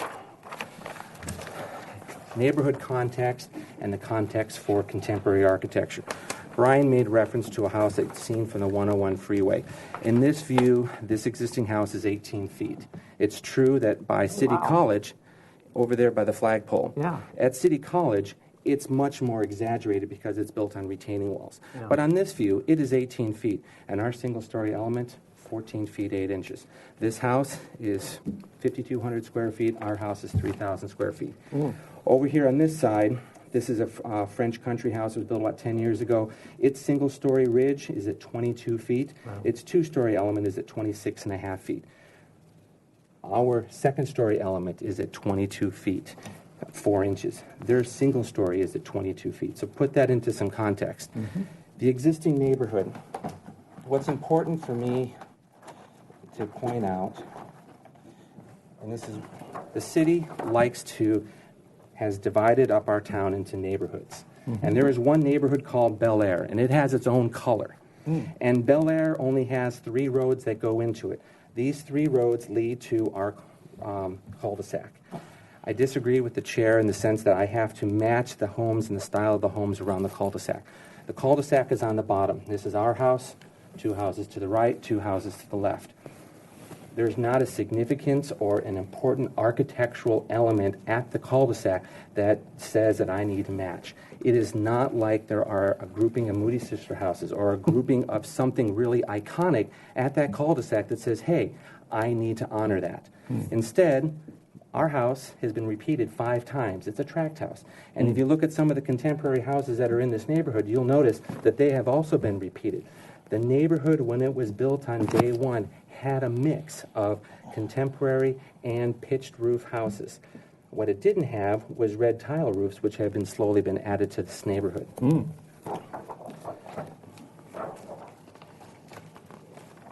Context. It's important for me as a designer to know how this house is going to relate from the street. Here's from Modoc Road, you have Lacumba Junior High and their play field. This is our house. When you look at our house, you can zoom in closer, and then I had the 3D model mirror what we're trying to do here. Our house will be 3 feet shorter than the existing ridge that's there.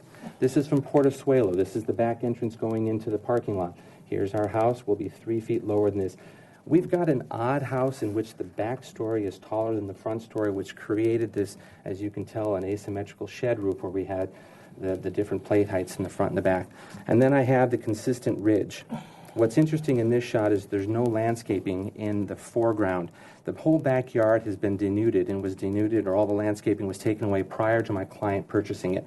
One of the things we will be doing is landscaping this element. But still, when you look at the house and you look at the entire ridge and you see the other houses and the context that we're fitting into, we will be 3 feet lower. Our single story will come up to sort of match, not match exactly, but give more balance to the second story, because what looks odd right now is that the 1 story and the 2 story are out of place. It's important for me to tell you that the architectural style we're going to do well. It might not be a design style that you would personally want in your own home, but this is the design style our client would like, and it's fitting for our neighborhood. It is fitting for our community.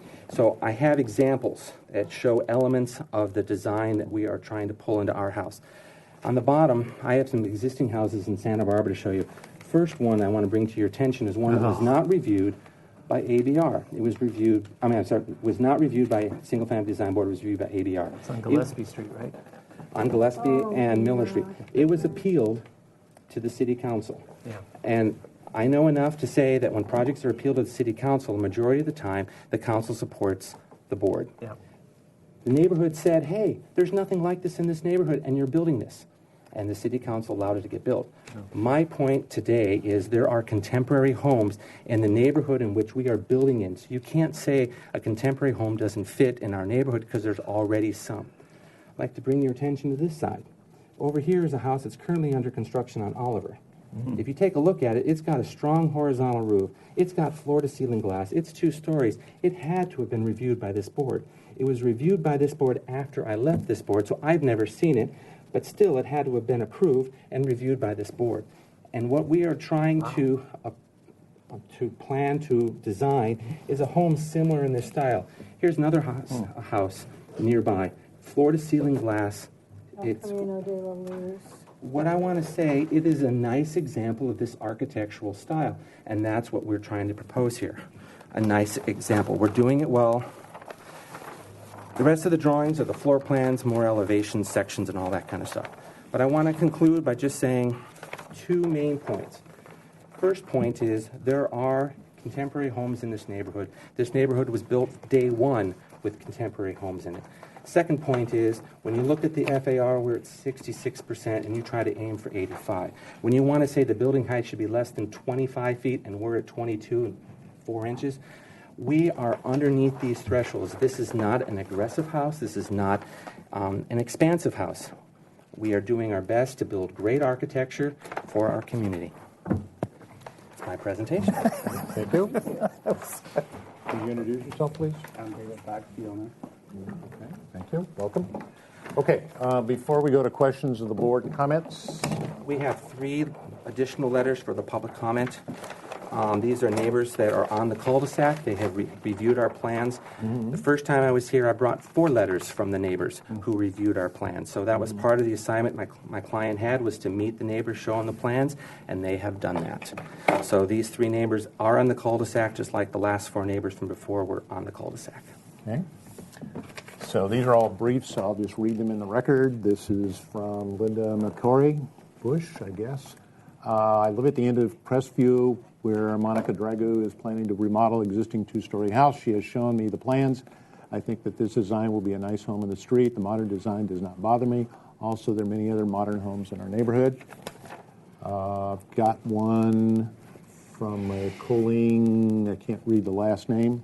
Looks like maybe Castro. I'm writing to you to let the Single-Family Design Board know that Monica Dragu has showed me the plans for a new home, and I think that it would be wonderful. We especially like the contemporary design. There are several other contemporary houses in our neighborhood, and this will be a nice addition. We have another one by Chris Agnoli.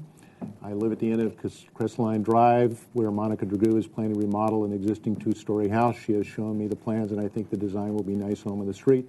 The modern design does not bother me. Also, there are many other homes in our neighborhood. Okay, is there anyone in the audience wishing to address this project? Katie, did we get any other correspondence? No, Mr. Chair, we did not. Thank you. Then the chair will close public comment, seeing no one coming forward. Or do you have a comment, sir, to make on this project? No, another project? Okay, thank you. Okay, then the chair will close public comment and bring it back to the board for questions. Do you have questions? I have no questions. Thank you. I think that's it. You were smiling. I feel like I was watching Jimmy Stewart or something. Okay, any other questions? Let's see. Katie, let me see. Katie, do you have the previous presentation? Yes, it is. Can I look at them? While she's pulling that, I'm going to have, do you have sections or elevations somewhere? Oh, here.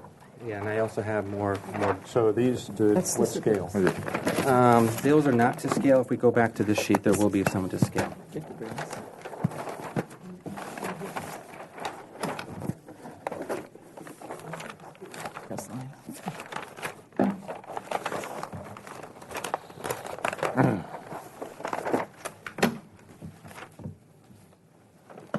Joe, have you found what you needed to find? No, I just like to compare. Okay.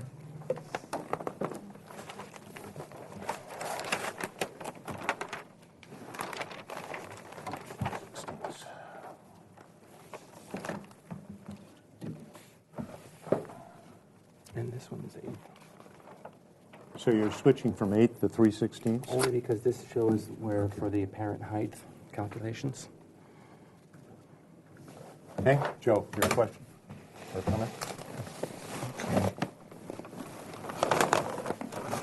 You made that parapet thinner? Yes. Around? Reduce this from 30 inches to 24 inches. Is it a lot more work to move drawings around on a page instead of put them in the same place? It all depends if you're adding information. What sheet are you on? A5, A4, A5. You should be in the same layout as before. Yeah. Okay. Oh, I guess I pulled them all up because I added the apparent section on the bottom.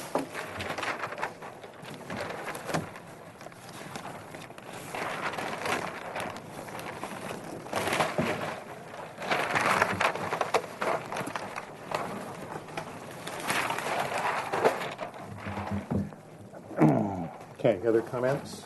No, I'm fine. I don't Okay, other comments? Other questions?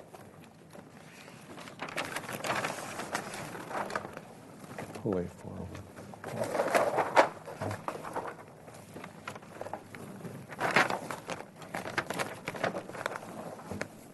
Okay, anyone want to proceed with comments? Yeah, I will. Yes. Well, as I see this, I think it was an improvement with the changes that you did make, and I think it was a very good presentation, and that it seems to me that you have followed the guidelines, so I can support this project. Other comments? I can support the project too.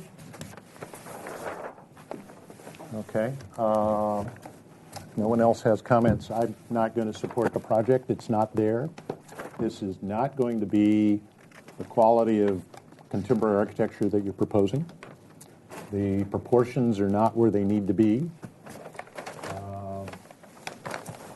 I can understand that your client wants a contemporary home, and I think that that's not a problem. And I think I said that last time. There are other contemporary homes, as you pointed out, in this whole Bel Air area.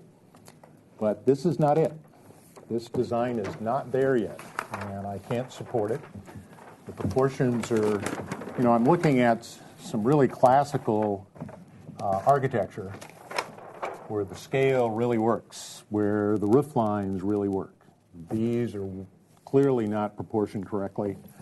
I've been pulling out contemporary. I think that a better solution would be a combination of your flat roof approach in terms of contemporary design, but I think in terms of talking to some of these other buildings that are on the street, that introduction of a sloped roof in some element would be much more appropriate. I don't believe that it's really going to sit in the context of that elevation that we see from LaCumbre Junior High. I don't buy this one at all. If that had come to this board, I would never have supported those houses up on the ridge by TV Hill. So I'm not there yet. This has got a lot more work to do, in my opinion. It's not there. And I can appreciate you want to do a contemporary design, and I can see a contemporary solution, but it's not there. So I'm not going to support it. I will support it. I like what you've done.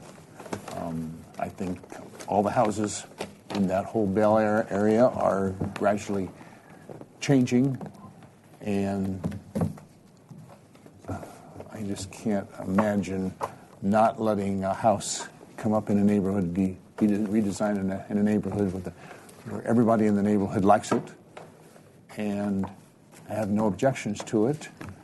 And I think, Mr. Sweeney, you're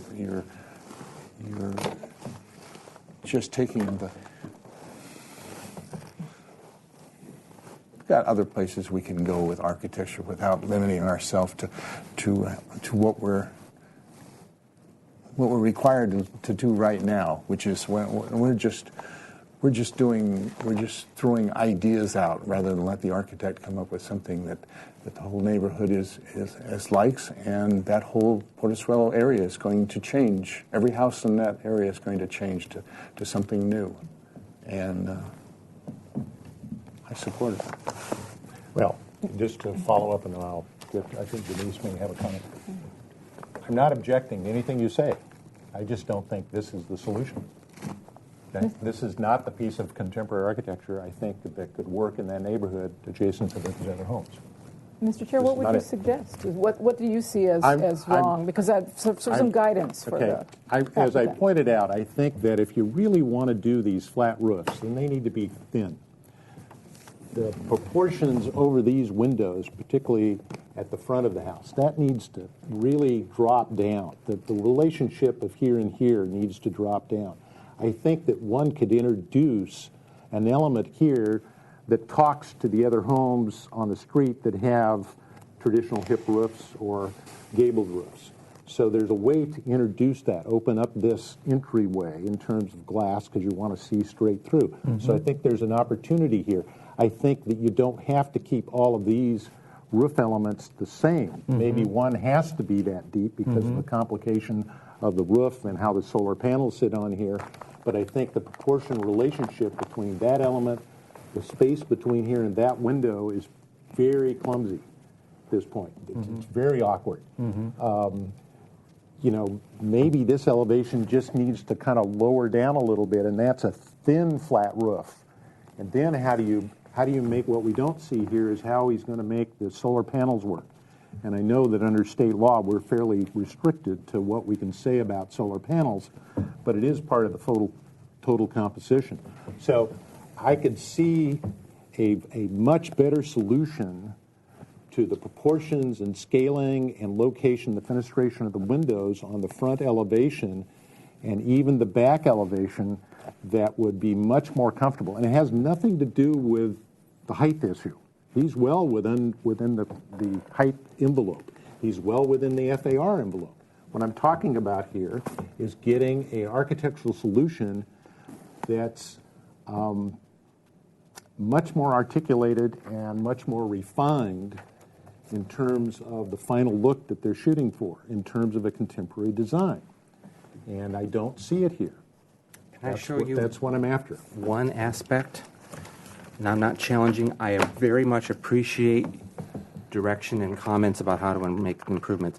One reason why I was showing the 3D things is to show how this flat roof is further back, and this is a boxed element. You caught that? I understand that. I understand that. Just but want to make again, sure. The proportions don't work. Okay. Now that I can study, and that I can understand, and that I can work with. Right. So when I say it's not there, I can't agree that this is an acceptable design at this point. It needs much more work. It needs a much more a fine-tuning of how you get all of these elements to work that you've introduced.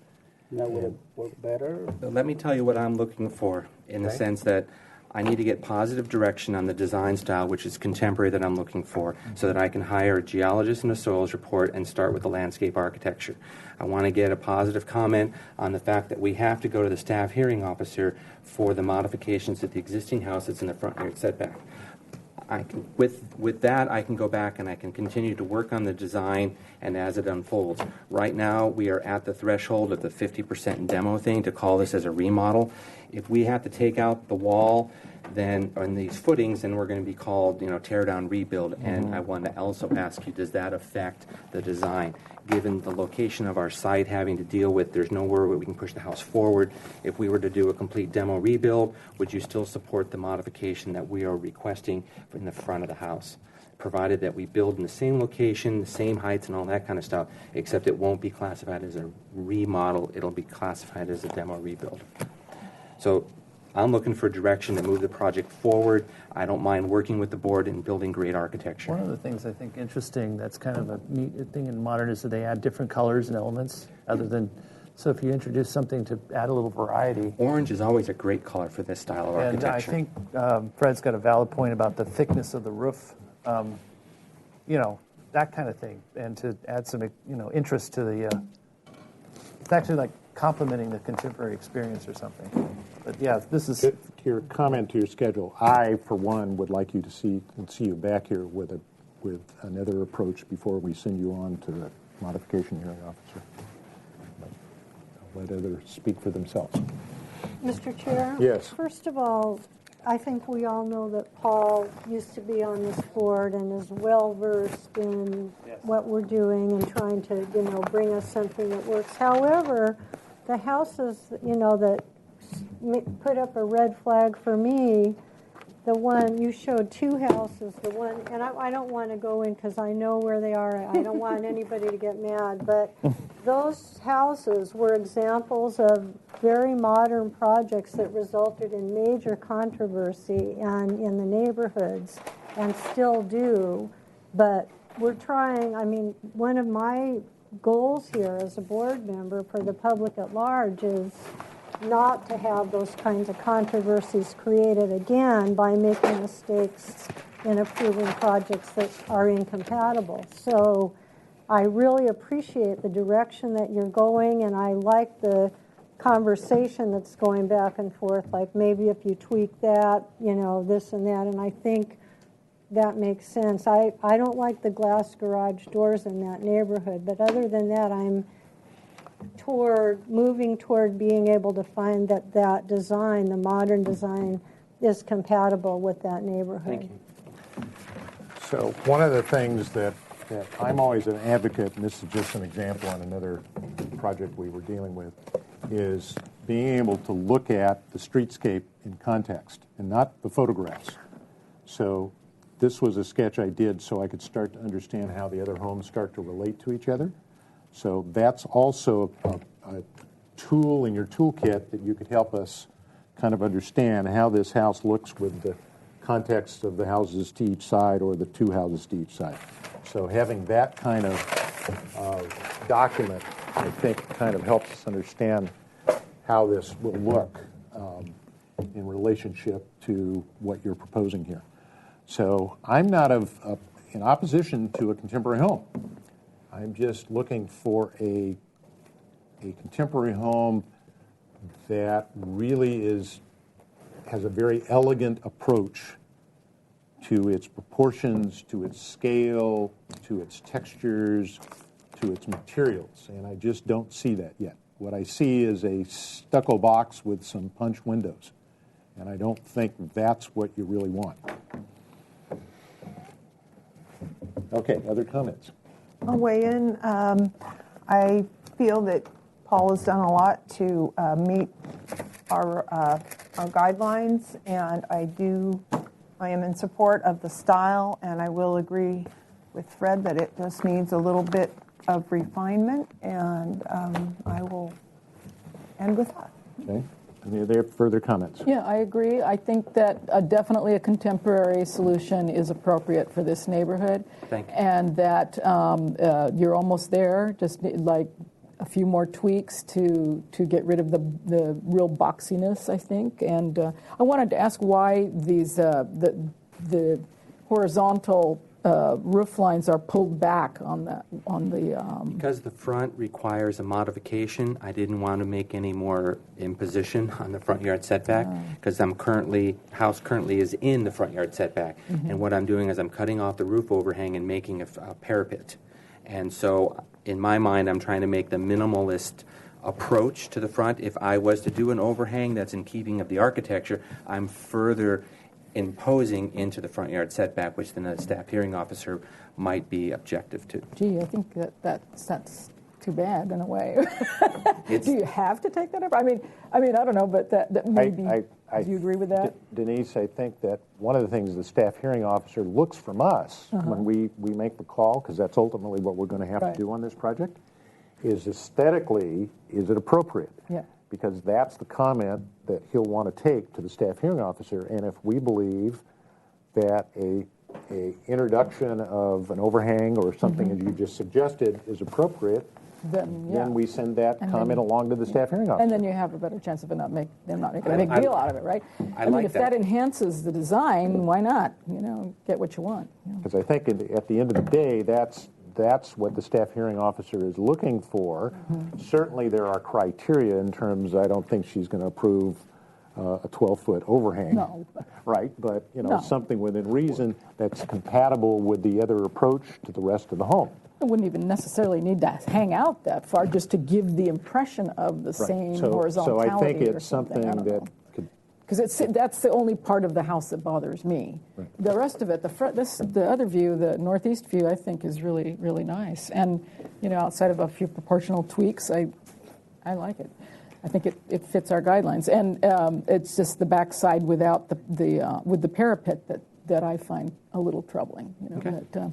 So if you could get that to all kind of flow together like With that. your I think support, I can come up with a solution that has an overhang that's further in the setback, and that would be negotiated and discussed with the staff hearing If that officer. enhances this style, you know, of architecture and the overall look at the house, I would certainly put in positive comments for that. Okay. Mr. Chair, Yes. I just want to throw out a crazy thing. Do you have any interest in adding any elements of design in the Santa Fe style? What they like, A little more rounded? we spent some time looking at photographs and looking at examples, and what they like is the floor to ceiling glass, and they like the ceiling that's continuous all the way out. And by doing other elements to the proportions and making it more Santa Fe and bringing down a header that changes the inside-outside relationship, they want to have glass that opens all the way out. So I always call it tropic, where this is like in Hawaii, where you open up all the sliding glass doors. The weather's so nice, you live inside and outside simultaneously. And so that's what is important for us, is to have the ceiling continuous to the outside. Which was the approach that Cliff May did in his homes in the 60s. Nice approach. Mr. Lamone, I see you sitting there. Do you need to make comments on this project? No? Yes? I just wanted to let you know that I did speak to Mr. Zink about architectural styles. And I guess this board was concerned about whether it was appropriate on this cul-de-sac. And we have a lot of discussion about architectural styles in our guidelines. It's always good to review them before you settle in on determining whether a style is not appropriate for a neighborhood. And so I'll leave that judgment up to you whether it is. Well, you're behind the curve. We've already approved it, so we're doing That's good. Okay. Do we have further comments? Thank you, Mr. Lamone. Further comments? Okay. If we have no further comments, then the chair would look for a motion. The applicant is seeking guidance. He'll want to know whether you think he's ready to go to the staff hearing officer or whether he needs to return with some additional corrections. Well, I have a question. If we forwarded you on, you still can't get in there until next year anyway, correct? Correct. So you can say I'm ready to go on at the staff hearing officer, but still go through one more design iteration so I can at least get in line at the staff hearing officer level. See. And I can also start my engineering and my landscaping knowing that I have a design that you folks will embrace, instead of getting the rug pulled out from under me in February after I have a landscape plan. Well, there you go. Oh, dear. Oh, dear. Well, I think Mr. So whatever your motion is, it just is comments. Yes, with comments on it. But it could come back to the full board. In progress, In yes. progress, right? Yeah, and we can make it a condition that you want to see me one more time before I go on Before to you the staff go hearing on, officer. that's what I would like to say. Okay. That's not a problem, as long as I get in line. I move to continue the project to the full board with the following, what's that? Staff hearing officer, okay. And then to the full board. For in progress. For in progress, with the following comments. The board supports the contemporary approach of the architect and appreciates the changes that have been made and feels that there are still some more changes to be made in order to bring the home into a more elegant, contemporary design. Can you define that? Thank you. Define that? Is that what you said? That's what I said. Well, Mr. Sweeney defined it already. Incorporating perhaps different types of roofs, different thicknesses of roof, different colors, different materials, perhaps, that might make the design more amenable to the board. Maybe including some stone somewhere, leaving that up to the architect, but some features that will still be contemporary, but create a more elegant profile. Okay, that's your motion? That's my motion. Okay, is there a second to that motion? I'll second it. Okay, is there further discussion to the motion? Yes, Mr. Chair. Yes. I just want to be clear. I think Brian suggested, multicolored or something, and I just want to say that I probably would not be in support of different orange or different colors like that, because I don't think it would meet our compatibility. The house already is going to be standing up there, very Don't do that one. noticeable, and yeah, we want to keep the balance in the neighborhood. And I also said I don't find that the glass garage door needs to be there. Okay, thank you very much. Okay, so that's the discussion of the motion. Yeah, Yes. I'm uncomfortable with elegant. That's kind of a subjective word, so I would say just a little more study of tweaking of the modern vernacular architecture, based on the comments of what the board made. And I think that's achieved by the choice of materials as well, that this home is made of. Okay, so who seconded the motion? I'm sorry. Brian. I did. Oh. So are you suggesting to the you didn't. Sorry, Lisa. Okay, so is there some suggestion to change the wording of the motion? Is there a friendly amendment? Yes, I'd like to scratch the word elegant, although I like the word, but and instead infer that the architect could reach a better design by using a variety of materials. How about we reword it? Can I suggest, Naomi, can suggest? The certain members of the board felt uncomfortable with the particular style of the roof, that maybe the architect can study the thickness of the roof. I did mention that. Did she? Okay, yes. all right. Okay, so do we need the motion reread? Yeah, please. Okay, can we, Kitty, or who's?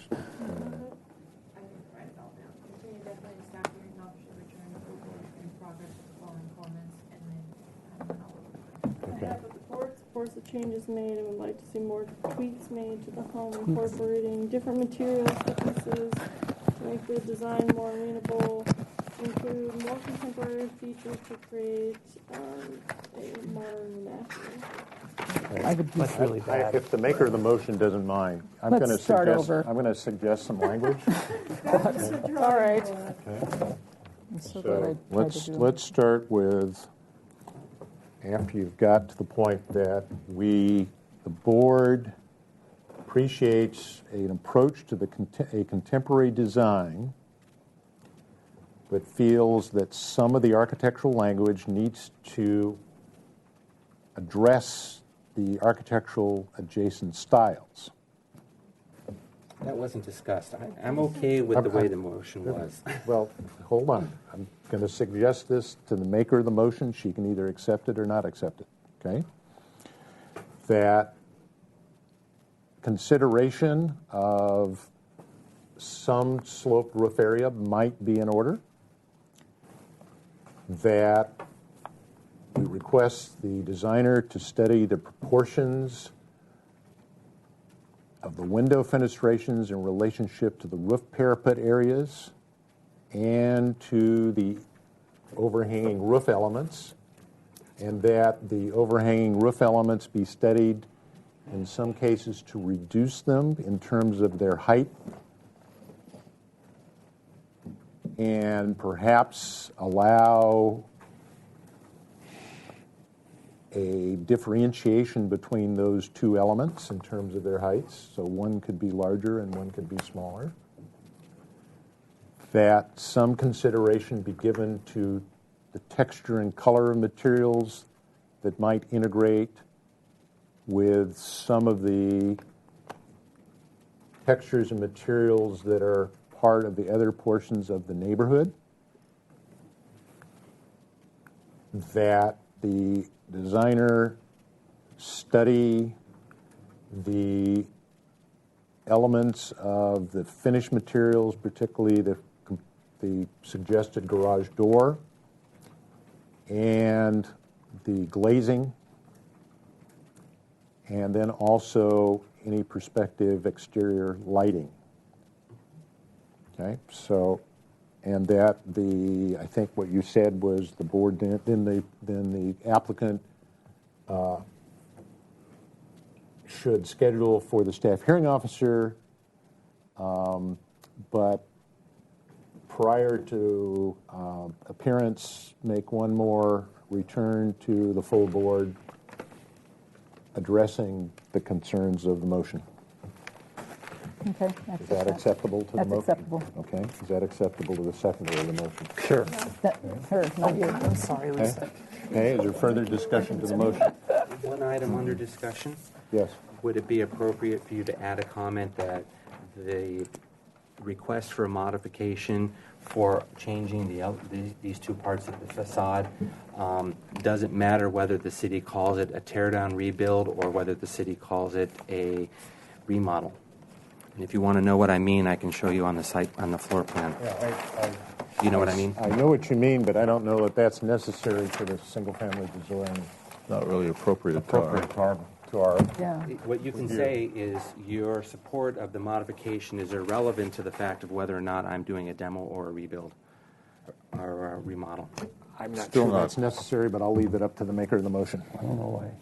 Do you understand what I'm actually implying? No, I don't actually. Okay, so right now I've designed this thing to be specifically a remodel, and I'm saving 50% of the exterior. Right. When we hire a structural engineer and he says my footings are lousy and I can't support my lateral and I have to redo the footing, now I'm demolishing more than 50% of the house, so now it's classified as a tear-down rebuild. That changes the language in the staff hearing officer's evaluation of what I'm asking for, because when I'm doing a tear-down rebuild, there's no reason why I can't move that outside of the setback zone. I don't know. Well, see, we're more of an aesthetic thing, not necessarily.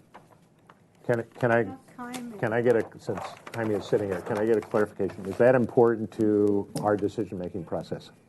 Well, I think Mr. Zink is foreseeing the possibility that he may have to tear down the structure, and he's trying to prevent a reconsideration to happen if we as staff understand that the support doesn't, that this board supports whether it's blended with the existing or a complete new facade. I see. And it Yeah, doesn't really I matter understand if you're agreeing with that architectural style, whether it's new or being remodeled. So does that kind of statement belong in this motion? No, but the discussion that you're having now could be relayed to staff. That my understanding is you're accepting this style, whether it's new or blended. Correct. With modifications. Right. With modification. With zoning modification. Okay, so I think if you just said what what you Jaime just said. We what can he do said. that. Okay, right, so did you catch that in the motion? Essentially, let me see if I can repeat it correctly. The board is acceptable to the notion that the design may require a complete rebuild, or it may not, but it doesn't affect our view of the acceptability of the design approach. Thank you very much. Okay, is that clear? That's acceptable. Okay. Who seconded? And to the seconder. Lisa, is that okay to the seconder? Okay. Everybody clear on the motion? Yes. Okay. Any further discussion? All in favor signify by saying aye. Aye. Aye. Opposed? Abstentions? So carried. Thank you very, very much. Okay. Yes, we're at 5 after 5. Let's take a 5-minute break, and then we'll be at our last item. That's an extra?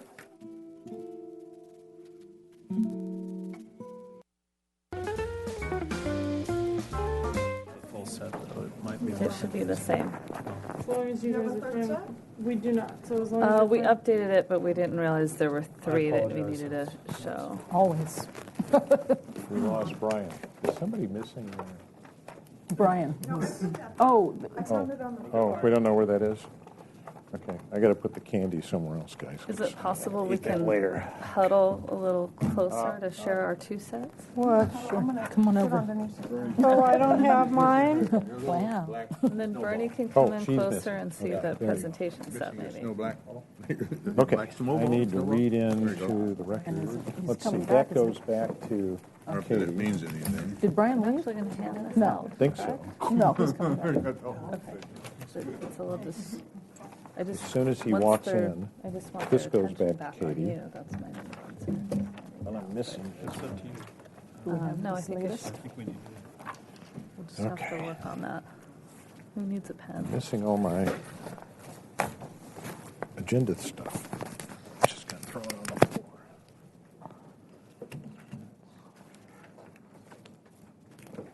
Oh, look, here's my project. Where is it? Hold on, look there. Here it is. I created this entire tropical jungle right here. This is it. This is my biggest project I've ever done. $5 million garden. I think he went to the Yeah, bathroom. this is a waterfall. It I'm gonna go starts ahead and here and it restart. falls all the way down to a large When you pond. say your name, Get in. be my buddy. Yeah, she is. It's got a big holding tank underneath that we did. It's a Okay. huge Are you all ready to start? I'm going to start without Brian. Are you? I don't know where he is. He's went to the loo. He'll just have to come back in. Okay. So the chair is going to resume the Monday, December 12th, Single-Family Design Board. We're now at item number 5. Because this is a new project, I'm going to read into the record the project description. This is a proposal to demolish an existing 2-story, 4,015 square foot single-family residence and construct a new 5,861 square foot, 1-story single-family residence with a 4,807 square foot basement below, including a 1,873 square foot of workshop space and 753 square foot 3-car garage.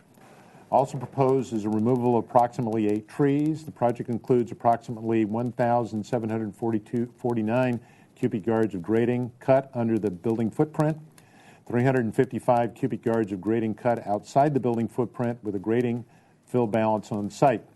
Additional site improvements include a new swimming pool, a hot tub, a garden shed, 6-foot high gate wall, and motor court. Proposed total of 8,581 square feet on a 1.5-acre lot located in the Hillside Design District is 163% of the guideline maximum floor-to-lot area ratio. The project is requesting staff hearing officer review for zoning modification to provide more than 750 square feet of garage accessory space. This is here for comments only because it still requires project staff hearing officer review for the zoning modification. If you could introduce yourselves, please. Sure, I'm Dave Mendrow, NMA Architects. Patrick Berg with NMA Architects. Trish Allen with Suzanne Elledge, Planning and Permitting. Mary Compton, one of the owners. Okay, welcome. We also have Stace, the landscape architect. Does she need to introduce herself now? Or? No, when she comes up, she can do that. Okay. Thank you. We can't all fit up So, here. having read this into the record, if you could share with us your project, please. Thank you, Mr. Chair. I have a few introductory comments, just some bookkeeping to go over before Dave gets into the design presentation. So thank you. You just read a very thorough project description with lots of numbers and statistics. We have a really unique project to show you. We're very excited about it. You see the physical model down at the end of the table, and Dave's anxious to get into the design presentation. You did mention that we have a zoning modification request for a garage, really for an excess of garage floor area beyond what's allowed for this size property in this zone. So the maximum is a 3-car garage of 750 square feet. We have a large subterranean workshop area that can accommodate a vehicle. Mr. Compton wants to be able to have a car go into his workshop. I've spent time studying the proposal with staff. They've determined that it needs to be called a garage because it can physically store a vehicle. So that's the nature of the zoning modification. It is completely subterranean, or mostly subterranean. Dave will show you where the structure daylights. We did do a 20 closest homes analysis. You are seeing, again, a larger FAR guideline than I think what you're accustomed to.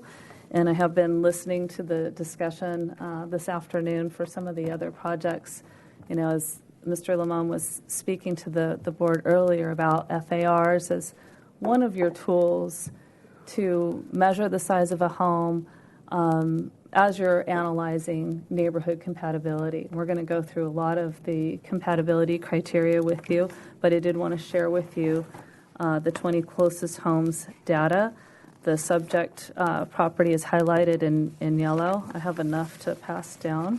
Put one on the screen. Thank you. Yeah. So just looking at a straight FAR, the proposal, because a lot of the basement is completely subterranean, we get a 50% discount for that. So along the lines of the ranking, we're about the fourth in terms of just the straight FAR, floor area divided by the size of the lot. And then what we decided to do was to take all the data that we collected from the county assessor's office and plug it into the city's FAR guideline calculator. So you'll see an additional column to the right that shows just a running list of all this data and the subsequent FARs. I have some sheet notes I've buried now. So you can see by looking at the different homes in the Campanile neighborhood, you have a variety of home and lot sizes and therefore ranges of FAR. And so the subject project at 163% does not represent or would not represent the largest FAR percentage in the neighborhood. It runs from as low as 38 up to 178% of that guideline, that tool that you use.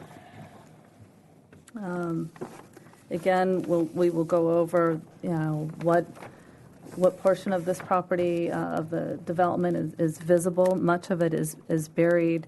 The idea is to really come up with a sensitive design to the neighborhood. We've been working really hard on that and talking to neighbors, and the Comptons have done a really excellent job of meeting with neighbors and talking them through. At some point you'll open public comment, but I believe in your packet you received several emails from the neighbors, all in support of the proposed project. And with that, I'd like to turn it over to Dave. Thanks, Dave. Before you start, I just want to, my counting of these numbers, the zoning modification is for 700, something larger than said the allowed 750 square feet.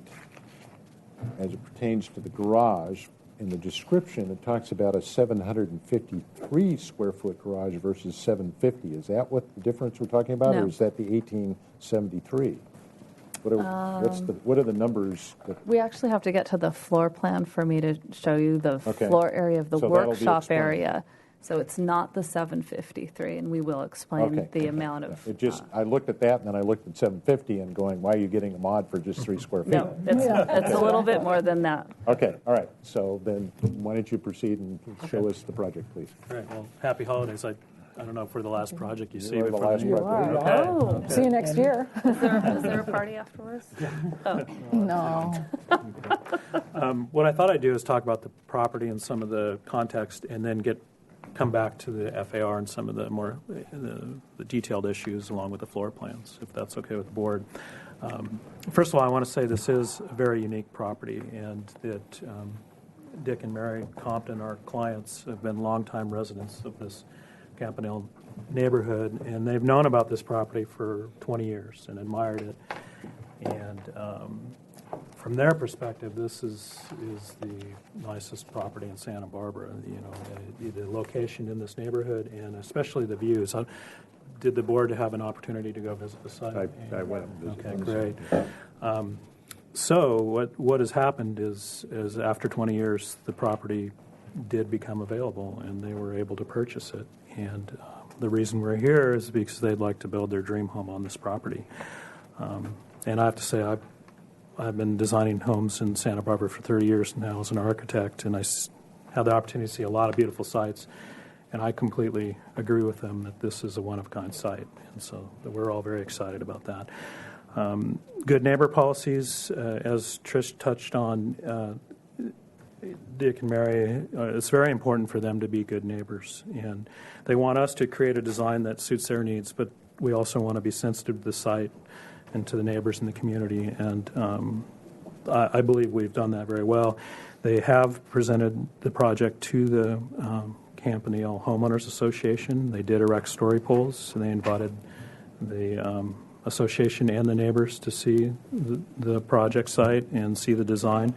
And we've received strong support from the immediate neighbors, the HOA and the Architectural Review Board, and as well as neighbors in the community itself. The site context in visibility. The site, from a public standpoint, isn't very visible. There's a peak of the site on Cliff Drive over here, way over in Alta Mesa. You can, if you really look hard, I think as a reference point, you know the Campanile monument, that tripod-looking thing. So, but from Las Positas and Hope Ranch and areas closer to the site, really it isn't readily visible from the public views. And on top of that, what we're proposing is a single-story structure that has moved more towards the west, so the slight views you do have from the public are even further reduced by our new design, and we'll get into that later. From the neighborhood itself, the site isn't visible from the house below. It is, the property above is actually a water district building, so there are no views from there to the site. The neighbor to the east is on this 80-acre site here and down below, so they don't have a direct view of it.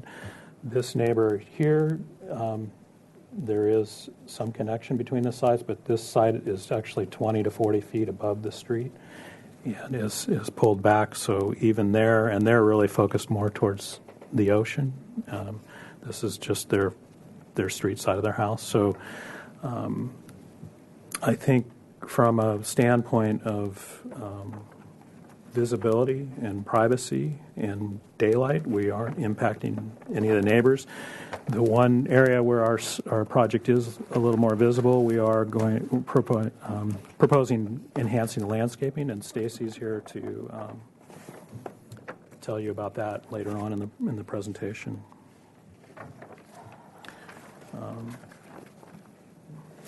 The context itself, I think Trish also touched on that this is a neighborhood that generally has larger lots and larger homes, and this is consistent with that. There are many two-story homes in this area, larger ones. And as far as architectural styles, it's a very mixed neighborhood. There's traditional homes, Mediterranean, colonial style. There's mid-century and 70 ranch-style homes, and then there's some more modern and contemporary homes as well. So we feel that our design fits in that context very well. Our building design goals, what Dick and Mary have charged us is to create a new contemporary home design that is closely integrated with the site and interacts with the outdoors, and that it really captures the amazing views that they have. They have views of the city, down the coast, up the coast, and straight out to the islands, and also to the mountains. And the second goal is to provide a large basement and workshop that's very important for Dick in his semi-retirement. Coming back to, let me know if I'm going too fast or too slow, or okay. Too slow. Too slow? Okay. Okay. So again, maybe we could bring them out again. I think it's important to note that with the FAR, that 50% of our building is underground, and that really there's only two sections of that basement that daylight, where you would enter the garage, and over here where the workshop is, which nobody can see in the neighborhood or anywhere. So the way I see this project is really this is a 5,800 square foot ground level house with a below-grade entrance to the garage. And if you looked at it that way and calculated the FAR, it would be 117% of the FAR. So I think the way the FAR is calculated, where you include the entire basement, kind of it works against us, yeah. And so I want to. This is a very unique project, and so I'm trying to explain how that is.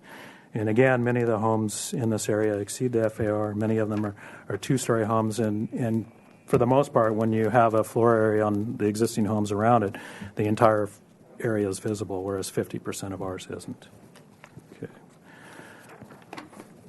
So the site planning, again, we have this single-story residence. We have a garage. The driveway is similar to what's existing there now. We're regrading it for better fire access, and we're also creating a parking area that is not visible from the street. We have an outdoor deck area to the east with a pool, and then we also have a smaller outdoor deck area to the west with a balcony. The grading, we've worked very diligently to study the grading and get it to the point where our goal is to have a balanced grading of cut and fill on site. And where we're placing fill, we're restoring the existing slope. Right now there's that big flat pad out there. And wherever we're filling, we're extending the natural slope and working to berm in and to nestle the project in the existing site. The building heights and walls, I think we should probably go to the building height. Can you hold this for a second?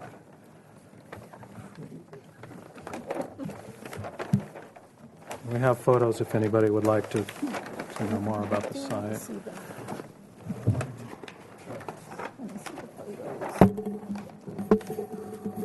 So, page 8. As far as the building height is concerned, we're well below the maximum allowed zoning height. And we're also well below the maximum height of the existing structure. Right now, in general, we're 15 feet below the zoning height, and we're 7.5 feet below the existing structure. But the one end of the building does tail up here and get closer. But in general, we're well below the heights. We do have two small areas where the garage and the workshop daylight, and in those areas, the building height here is 27'8", and the building height here is 26'8". But those from the finished grade, from here to here. Yeah, in just those two small areas. And then the building design, again,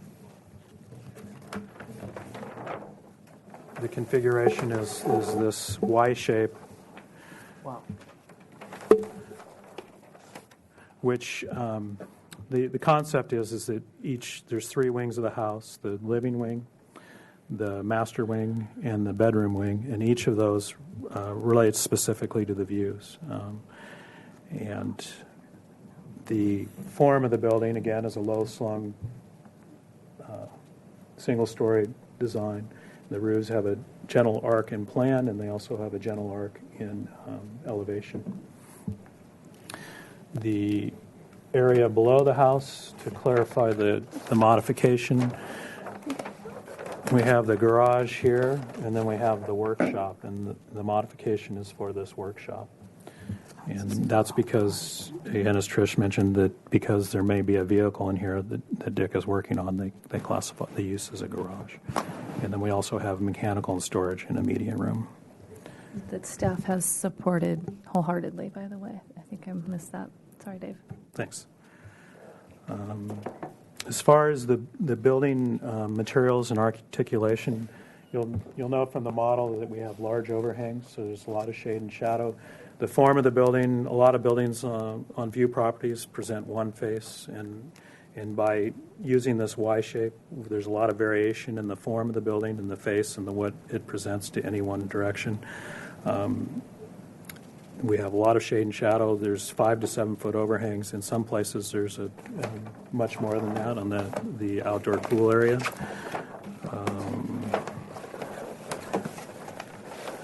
I think the building materials, we haven't got in wholly into specifics yet, but what's up there now is a white plaster box, basically, and what we would propose is using natural sandstone, integrally colored plaster, natural weathering zinc, and other materials that would tend to recede, not be reflective, and be more in keeping with the foothills and the natural colors of the site.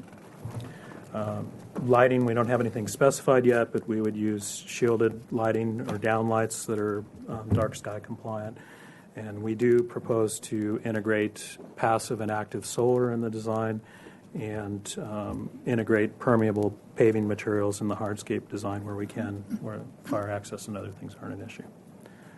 And yes.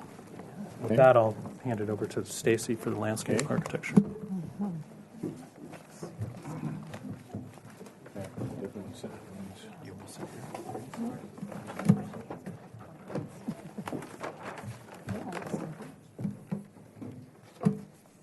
I'm Stacy Faucet. I'm a landscape architect. And if you have drawings, I need to get them on the camera right here. Oh, please. So maybe you need to trade places. Scoot over a little. Yeah. All right. Thank you.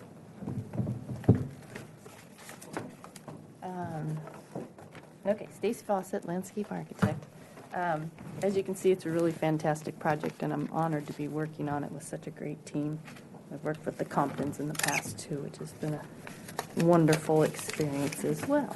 So, anyway, so for the landscape, what we're doing is very simplistic in that it's merely complementing the architecture, not trying to make a big statement or anything, but mostly just blending in with the existing, complementing the architecture, and then providing any necessary screening that might occur for the property and for the neighbors, etc. So at this conceptual stage, I've just put together some preliminary images to kind of give you a feel for kind of what we're leaning towards.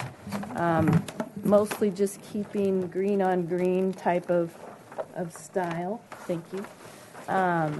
And just have the one? There's two sheets.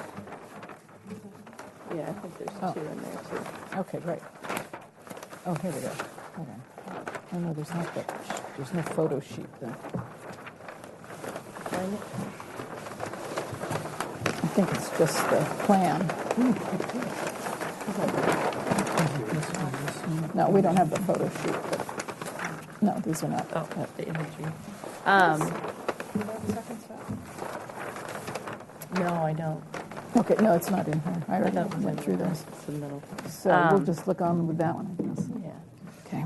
So again, just keeping it very simple, a lot of green on green. There's a lot of existing roofs. There's a prominent eucalyptus tree in the property and some olive trees that we're looking at moving to assist with some of the screening and softening as well. So I think on the summary it talked about 8 trees being removed. Correct. In actuality, it's only 4 because they're going to be relocating. Actually, it's only 2. There's 2 Tippewana trees that aren't really worth trying to save. There's 2 oak trees that we're going to utilize in the same proximity where they currently are, and they're nice, healthy oak trees. And then there's 4 existing olive trees that are about 25 to 28 feet tall that moving them down the hill would be an easy, instant softening. So that's one of the images. This is just kind of in keeping with showing some of the plant materials that we're thinking of using. Staying with, there's a lot of existing roofs on the slopes, and maybe adding some acacias. Here's the roofs. Acacias, picking up some of the purple. There's a stand of existing jacaranda trees on property that, with the purple foliage. So kind of playing up on those a little bit as well. So the purple is kind of the highlight color of the jacaranda, picking up some of the blues and the grays of grasses and ornamentals.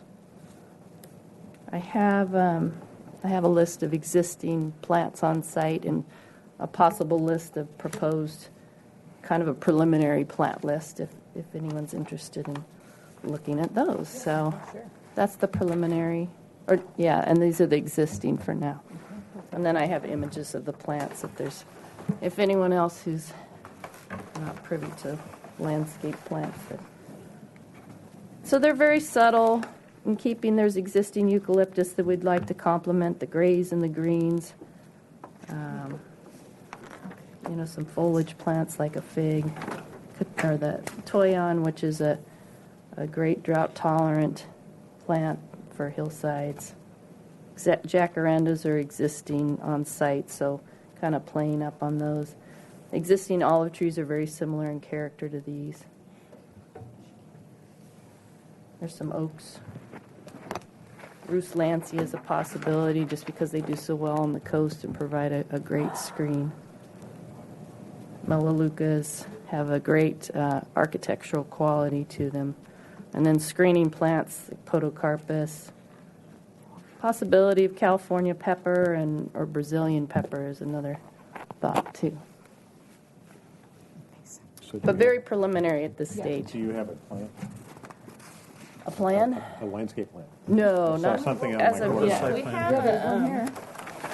Isn't this the colored site plan? Here it is. Is this a conceptual Oh, okay. approach? That's the architects, yeah. Oh, So this one's prettier to look at than mine. So here's where, the elevations at the end of the architecture are so minimal. Mm-hmm. So here is where we're proposing adding these 4 olive trees down in here to kind of soften this view. This is the large existing eucalyptus tree. And that's really the only place where you see any of the property. There's that city building right next door, and there's a large coral tree on the city's property that blocks any view if you're coming down this street.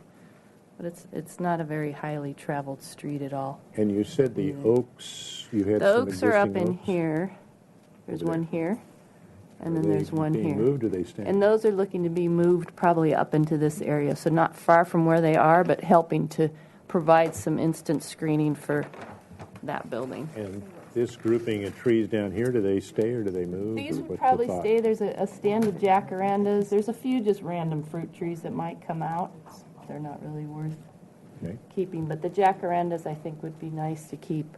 Obviously the eucalyptus tree and View is also over the hill. yes, down the coast. Where's the top? The top of the hill. Top of the hill is up in here. Right up there. Right. Writing on the ridge is right Yeah. there. Yeah, it's amazing property. You have a lot of terraces and things of your plants there. Well, Are they gonna that's be just kind of down? conceptual where, maybe you're coming up here into some of these walls. Let me have you hold your questions so we get to the question pieces and then we'll come back. Okay, anything else for you? Nope. Anything else on your part?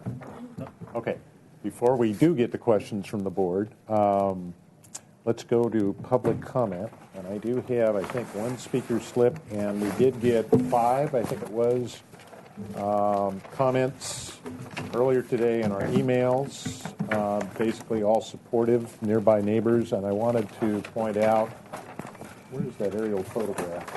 Oh, here it is. That if you check the addresses of the folks that did submit comments, and I don't know, we did get one late today that was attached to your packet just before the meeting. But I do know that the folks in, let's see, where am I? That house responded. This house responded. There's a house over here somewhere that responded. And it seemed to me there was one other house down here somewhere that responded because I looked up the addresses. So I don't know where this 5th letter, this was, where are they at? 3231 Campanile Drive. That house there, okay? And so all those letters are supportive of the project.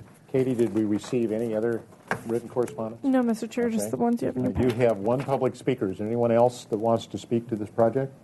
If not, could Mr. Swanson please come up? And I'm going to need one of you to vacate a chair and a microphone, please. And you have 2 minutes to address the board, sir. Okay, since we're running late, I'll be brief. My name is Bob Swanson, and I am Campanile Hills Homeowners Association Chair of our Architectural Review Committee. I've been here a couple of times. You've covered all the letters that came in. All applications for development are special, but this one verges on being unique. This site is the peak of Campanile Hills Homeowners Association. It's absolutely adjacent to the Campanile. it is probably, possibly, the best view site in the entire city, maybe the county. I'm not an architect, but we in the neighborhood think this plan and this proposal is superb.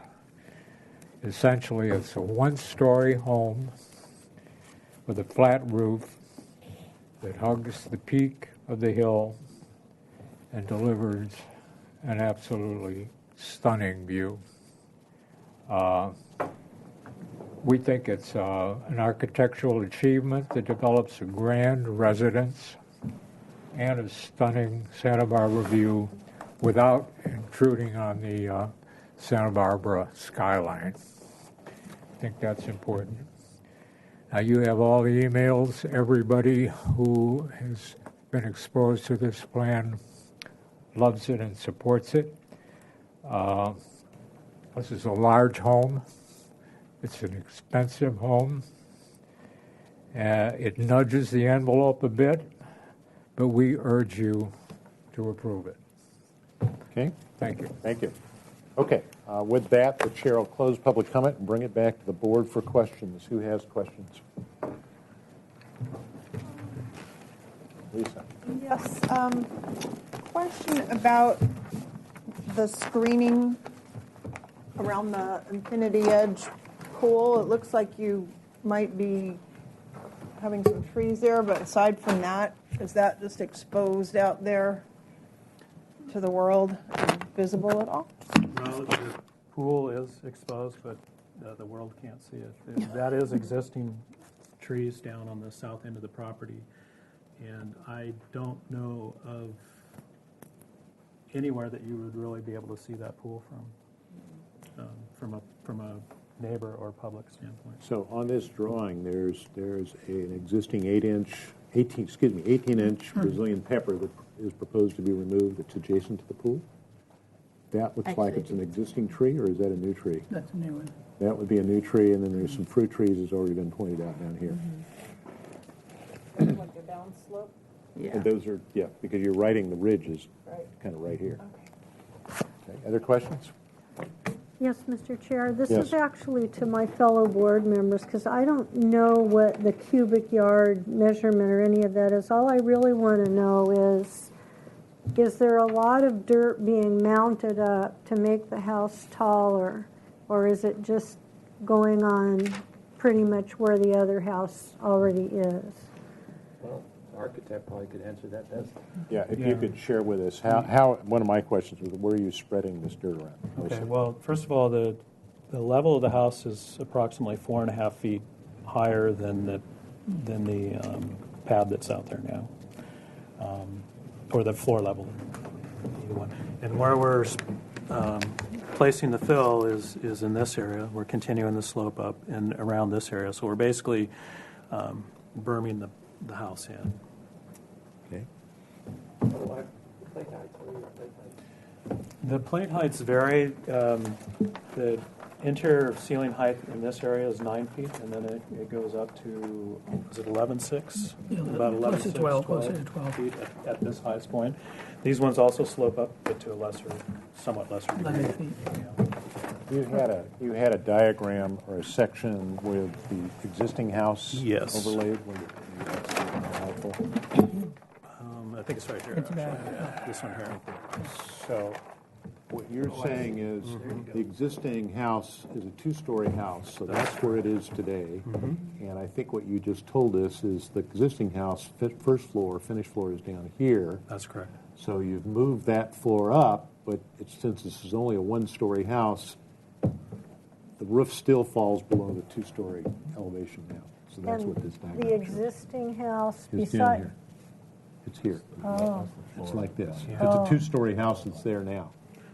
You can see that the basement of the level of our basement is here, so we're going down and up. So if you drive out to the site, you see the two-story house from the bottom of the driveway. So what you see is this element here, which is 2 stories. So it goes from here down to here. That's existing. They're tearing that down. They're going to move this up, you said, what, 4.5 feet or 4 feet? Yes. to finished floor here, and you're dropping, because this is 1 story, down to, what's that, about 10 feet to the top of roof? Pretty close to 10 feet, yes. Yeah. 9 feet to the underside, and Yeah. another foot of roof. Yeah, it's about 7.5 feet below the existing structure. It would be a membrane roof. Well, to be honest, we haven't gotten that far. Typically, what we try to do is use a color that's good for a green roof, basically, as far as, but so there's a balance between using a lighter color that doesn't absorb heat, but also not having one that's reflected. So we usually use a dark gray, long story short. And I had a question about this photograph. You didn't doctor this up, right? No. Okay. That's for real. That's for real. That's a house this board approved. Below here, and they used a single-ply roof, and look what they did. They used a white roof. I don't know whether that's what we approved, whatever, but that's what a white roof looks like compared to a gray single-ply. That's why I asked, because I know Okay. those. Okay. But the other point is, there's nothing higher than this. There's nothing higher in this area. The closest thing that's higher is La Cumbre Peak, which is 3 miles in that direction. Well, when I fly, I want to. That was actually the biggest surprise to me of the property is that it's above this house, that house over there and all the others. So, other questions? If not, I have a few, just for clarification. I want to go back to the floor plan, just so we understand the modification request. Oops. There we go. So right now, there's a 753 square foot garage, but it's part of the main house. And then we have an 1873 square foot workshop that's going to accept an automobile, which I guess is going to drive in this way, or some vehicle of some sort. So where the question, the modification is where? That number? Yes. Is it that number and that number? Well, Is that what's going on? Basically, because an automobile can come in here, the planning staff has determined this needs to be considered a garage. So, Okay. So Trish can explain that. Yeah. So, Trish, one of my questions, the reason I'm asking this is typically, as you know, when we make a review for a request that ultimately is going to land in front of the staff hearing officer, they tend to like to know what our opinion is about the aesthetics, the appropriateness of size, scale, and bulk, and all of those kinds of things. So ultimately, we probably will have to put that in a motion if we're in agreement with this approach and so forth and so on. So I'm trying to understand what are we supposed to be talking about in terms of modification? Well, actually, Dave or Patrick can help me with that number, because I think we're really striving for 750 over here. Is that correct? Yeah. When it showed up a little over, I was like, well, since staff came back and confirmed that this area interior, to these walls basically need to be considered garage. So, I could add that 3 feet to this number if that would, if that needed to happen. So 1876. Okay. And the only reason I'm asking that so that when you travel to the staff hearing officer, you're getting what you need from us said correctly. Do we need the 3 feet? No, we can work that So out. we plan on having a 750 square foot 3-car garage over here. Okay. And with this workshop area, that's the 1873. And that's what that is the nature of our zoning modification request. And so our board will need to determine whether or not we believe this is aesthetically appropriate in terms of size, scale, bulk, et cetera, compatibility with the neighborhood. Exactly. Okay. Let's see. I think I clarified the eucalyptus tree that's out there now shows on the model. It shows here in the sketch. That's staying. And do we know, is it in relatively good health? Yes. Okay. And it's a skyline tree. So do you have to have it reviewed by anyone other than us? Does it have to be reviewed by I don't believe the so. parks folks or whoever deals with trees? No. Okay. And eucalyptus aren't necessarily protected trees. I understand that. We did save eucalyptus trees in front of the library. That's why I'm asking the question. No, it's a beautiful tree, though. The driveway, I think, Dave, you had talked about, just trying to get clear, the driveway grading and elevation is roughly what it is now, or are you cutting down into this? We're cutting down a little bit to reduce the slope to make it better for fire access and for vehicle access. Right now, it's a pretty steep driveway. So does that cutting down start about right here? It does. And Patrick can probably speak to it more, but some of it, a little bit's to get down to this lower level, but the majority of it is here, and we are adding these walls to allow that too. Okay. And then with regards to the utility water district building next door, I'm assuming you're going to do a lot more landscaping in here to hide that building. Is that correct assumption? Yes, definitely. There's already landscaping that exists there. City building, which we're hoping maybe we can add some trees in front of it too for you. So one of my other landscape questions is right now this is nicely landscaped. As you travel down, all of these other homes have fairly large hillsides in front of them, and they're all landscaped and manicured and several. So based on what you've described, you're kind of intending to kind of keep it that way. Correct. But you're going to move some of these olives down here to give this scale. Correct. As you scale up to this element, correct? Is that kind of where you're headed? Yep. Okay, and I think you answered the question. The other issue that ultimately I'm going to be interested in seeing, again, I think I stated this earlier in the evening for another project. Under state law, we don't get to say a lot about how solar panels are put on houses, maybe the color and whatever. But I am going to be interested in what your approach is, since you've taken a fairly elegant approach to your roof line. And so how do you integrate what sometimes is fairly clumsy solar panels? So I'll be interested in seeing where that's coming from. Let's see.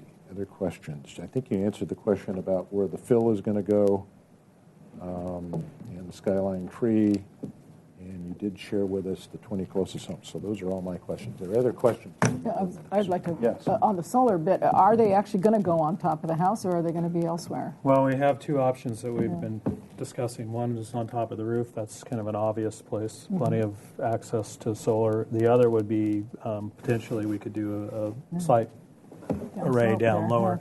So we just need to study that more. I'm pretty confident I've done that in the past where we've done systems on top of a roof like this and held them back from the edge where you don't see them. And especially if we compromise a little bit and go with a flat ballasted system as opposed to in the racks, it's very that works. But to be honest with you, we haven't really decided which way, but it is a part of our project. Okay, other questions? Mr. Chair? Yes. I was just wondering, so you already put up story poles, but usually we would get a chance to see the story poles when we're making a decision about the height and the grading, but why was it done like that? Well, the homeowners association requested them, and we wanted to get their input before we came to the meeting. So, and are they down now? They are, because there are tenants, renters in the building. Okay. Other questions? Okay, let's go to comments. This requires the zoning modifications, so we're not in a position to address project design approval. So we'll need to keep it, whatever motion we came up with, will need to be kept to comments for guidance to the applicant and the designer. I have comments. Yes. I think it's a spectacular home. I think I could support it. Only two things that kind of get to me is the roof reflection, because like Fred showed you, we don't want some white thing. And I'm just wondering, not that I would care, but in the pool bath, maybe you would want a door from the exercise room into the pool bath too. We studied that, and we've gone back and forth, but we'll take another. I'm just thinking if you're working out, you're all sweaty, you don't want to walk around. But those are my only comments. And I have researched roofs in the past, and I believe we can get a roof that performs well, but it is highly reflective, and we'll bring back samples next time. Sounds good. What comments? I do. For Stacy, one of the things that I've come up against in a project I'm working on right now in Shepherd Mesa, if you're going to move the two oak trees, the arborists consider them dead. So you're going to have to mitigate those. You knew that already, right? Okay, so you're going to have to add another 6 oak trees somewhere on the property. Where were you planning on putting those? Well, this area in here, I think, is particularly, hide that great for nasty thing next screening door. that city building that we're hoping to help you out with. Yeah, too. that's a good choice. Okay, and also on your preliminary plant list, I'm seeing a lot of acacia, and I'm afraid the fire department won't allow that. And the fire. I mean, They won't. Yeah, it's too much of a fuel load, and they're really volatile, and they usually shut you right down on there the are some acacia. existing ones on the slope, Are the there? acacia rhodolens. Mm-hmm. So that was kind of the. I know, and I love them. And then the Baileyana has that purple. I love that one too, but I have not seen the fire department approve them at all, so I Okay, just I'll want to take give you that. the heads up on Yeah, that. no, I appreciate that. Yeah. You can run it by her anyway. She might. Yeah, I've worked with them before. But they're Other reasonable. comments? You're driving that driveway. The driveway's going to come up and go into the garage, which is the first wing right there. Yes. It peels off to the right. You've raised the roof, or you've raised the floor. We've lowered that. That's the basement, so it's actually lower. You've lowered and that actually, basement. that part worked out well. It actually meets the existing driveway nicely. About the existing grade. The floor is right here. Yeah. So in other words, they. So that's the basement is way down here. Yes. Oh, okay. Yeah. So they built this up 4 feet.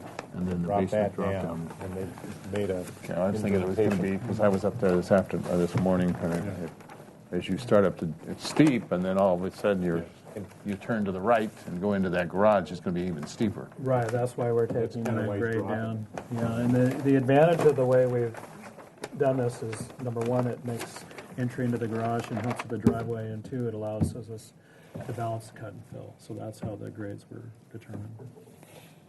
Is it a full turnaround motor cord or just a hammerhead? Hammerhead, but we have it to most of the spaces are a single pull out. The one on the end would be probably a double turn. I like the project. It's different, sure. Okay. Other comments? First of all, yes, you can see this from other points in the city. Mm-hmm. I see it from my second floor. Because I can see the Campanelli Tower. Uh-huh.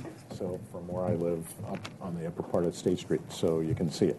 So my only question was, you're not putting an array of palm trees lighted with Christmas lights? No. That'll compete with down there. We can give on that. Okay.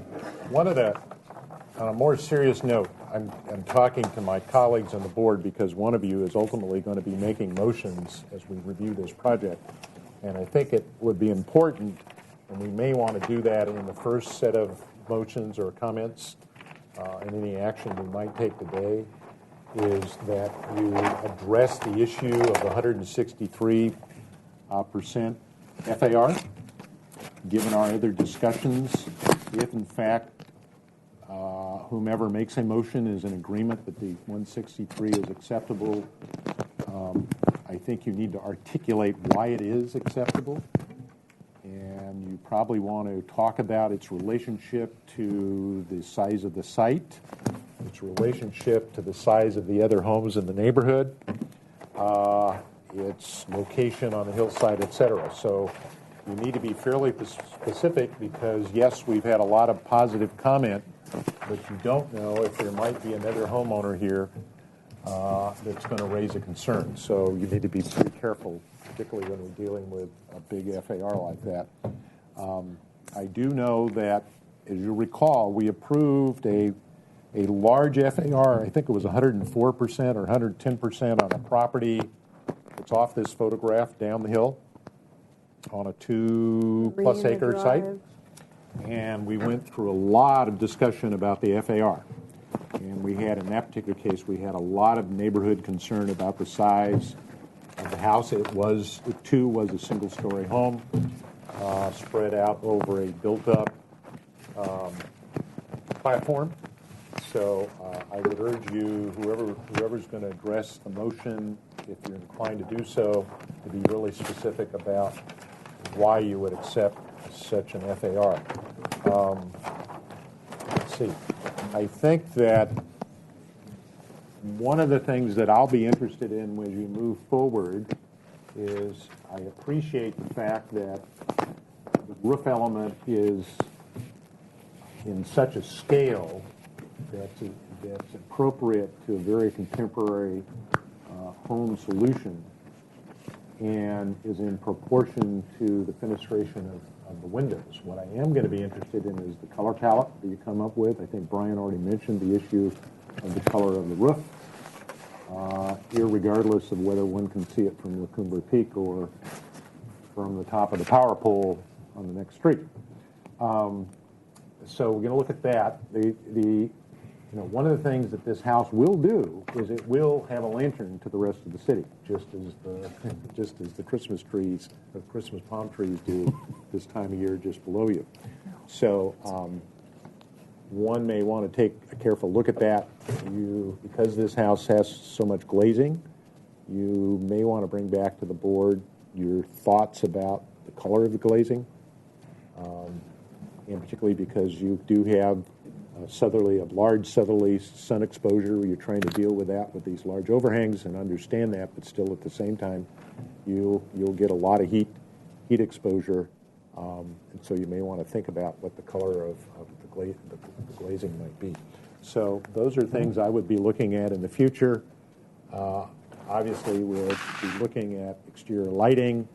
One of the things I do note that if you look at many of the homes, particularly on, where are we at? Down on this part of the dead end of this street, most all of them except that house right there are gated.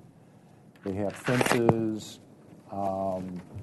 lights at the gate, so forth and so on. So I would look forward to seeing what that might look like, so that we can see that, again, given the nature of this neighborhood, those are compatibility issues. Other neighborhoods, we don't have gates and walls, et cetera. But in this neighborhood, we do. So I'd like to see what that's going to look like in reference to the house itself as you look up the driveway. And then also particular attention to the composition of the landscaping, because I'm always a proponent of the fact that the landscaping and the architecture makes the full composition. So how that landscaping works with the architecture, with the view corridors you're trying to create to these fabulous views that go 360, or not quite 360 because of the district building. That will be important to the context in relationship to everything else. And I don't recall, one of the letters I think was from this homeowner, not that homeowner.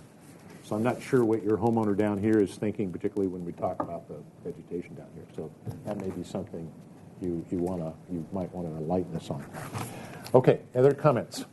I can enlighten you on that. Oh, yes. They own that home. This one? Yeah. Okay. Okay. All right. So as long as we know who's where. Okay, have someone. Yes. Yeah. Okay. So do we have other comments? Nope. If not, then we need to formulate a motion to give direction. All right, I'll make a motion. And I'm assuming if you're going to give a positive motion, then you need to get the wording. I know, you've told, yes. For the modification thing. Oh, okay, the modification. This is the modification thing, apparently. Yeah. So if she says yes, then you're okay. I'm looking to her to guide you of what needs to be said. Okay, I move to give this project design comments only. So the board supports the style of architecture and feels that the quality of the architecture is appropriate for the neighborhood. Also, the board feels that the FAR of 163% is workable in this particular project because of the fact that the house appears as a one-story structure. The mass, bulk, and scale of the architecture of the house is appropriate to the neighborhood. Much of the FAR numbers come to the fact that you're excavating. Most of it's subterranean, which causes the FAR to be so large. So we feel that based on that, in the context of how the property is located and how you're constructing the house, it's appropriate. The board would like to see when you return the material you're going to be using on the roof. We request that it be of a non-reflexive type. The board would like to see the fenestration. They actually support the fenestration, but comments were made about its lighthouse effect, so you might want to address that in some way. The board supports would like to see how you're going to relocate the oak trees regarding the landscaping. I think that's my motion. Okay, that's the motion on the floor. Oh, and that the Modification. and the modification lady, and the board supports the modification as appropriate for this particular project. Is that all I Any have more to say? detail? Because you can't see it. It's buried. I don't know. I don't want Well, to put words it's in the your garage. mouth. It's in the Because it's subterranean. due to the fact that the modification request is subterranean and not causing any visual public impacts, the board can support it. Thank you. That's a good. Perfect. Excellent. So Okay, indefinite that's your motion? continuance. That's my motion. Okay, do I have a second to I'll that second. motion? Okay. Do we have further comments to the motion? Oh, and the returning to the full board? And return to the full board, yes. Okay, is that acceptable? Who made the second? I did, and I think that's acceptable. Okay. Further discussion to the motion on the floor? Okay. Katie, we okay? Right? No further discussion. Chair will call for a vote. All in favor signify by saying aye. Aye. Aye. Opposed? Aye. Abstentions? So carried. Okay, we will see you back here. Thank you very much. Merry Christmas. Yeah, Merry Christmas to you. Merry Christmas. It's an aye only if we can come to the post-construction party. There are no further business before today's board. The chair will call for adjournment. Sure.